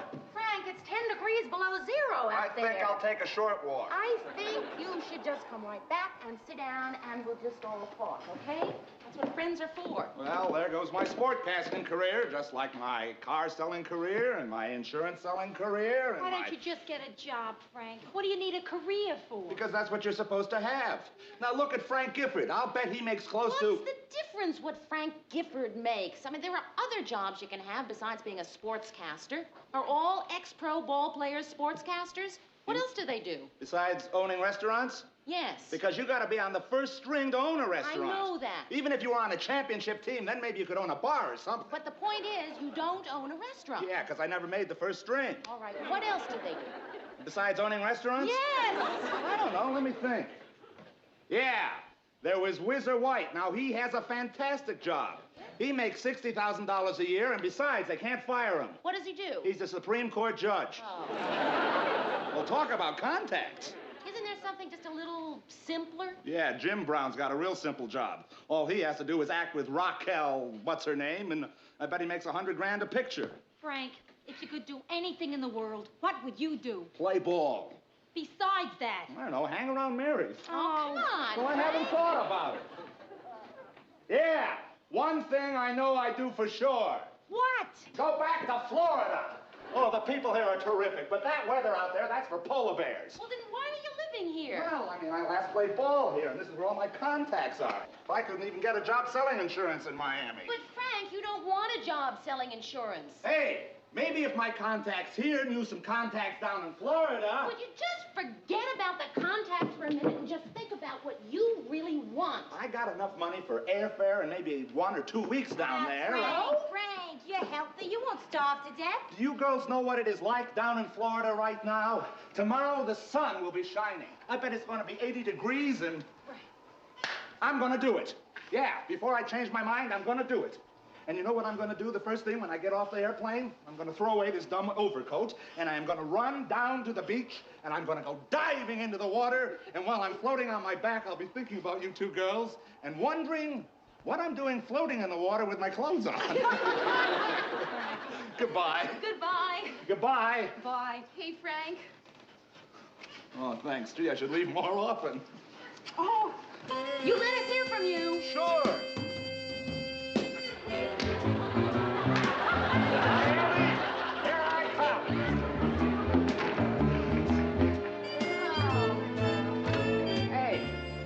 Go wrong, can I come back here and hang around? No, you cannot.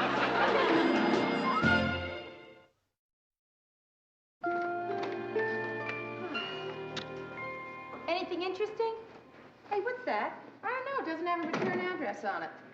Maybe it's obscene. Oh. Hey, wait a minute. They do send things in plain, unmarked brown wrappers, don't they? Right. Better open it. Never heard of an obscene tape.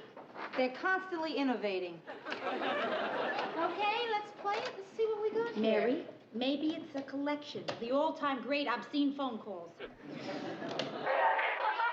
I'll give you one guess. Hi, Mary. And you too, Rhoda. This is Frank Corelli with the sports. I'm just kidding. Look, I'm sorry I took so long to write, but you know how it is. I'm talking to you from sunny Florida. For a while, I looked like nobody wanted an ex-guard down here. Frank, can you fix this? Oh, sure, kid. You just gotta bend it. There you go. Thanks. I even thought about coming back to Minneapolis, but I didn't even have the fare. Frank, come on, the game's starting. Okay, you know, throw the ball around, warm up. So I saw this job advertised for a playground director. And I work in a real pretty park all day, and the kids around here think I'm some kind of a hero because I played pro ball. So I try and teach them how to play, but not guard, quarterback, or running back, or... Okay, be right there. I'm sorry, ladies, I gotta go now. I promise to write real soon. Sincerely yours, Frank Corelli. Did you hear that? He's teaching all those little kids to be quarterbacks. Isn't that beautiful? He wants them all to own restaurants someday.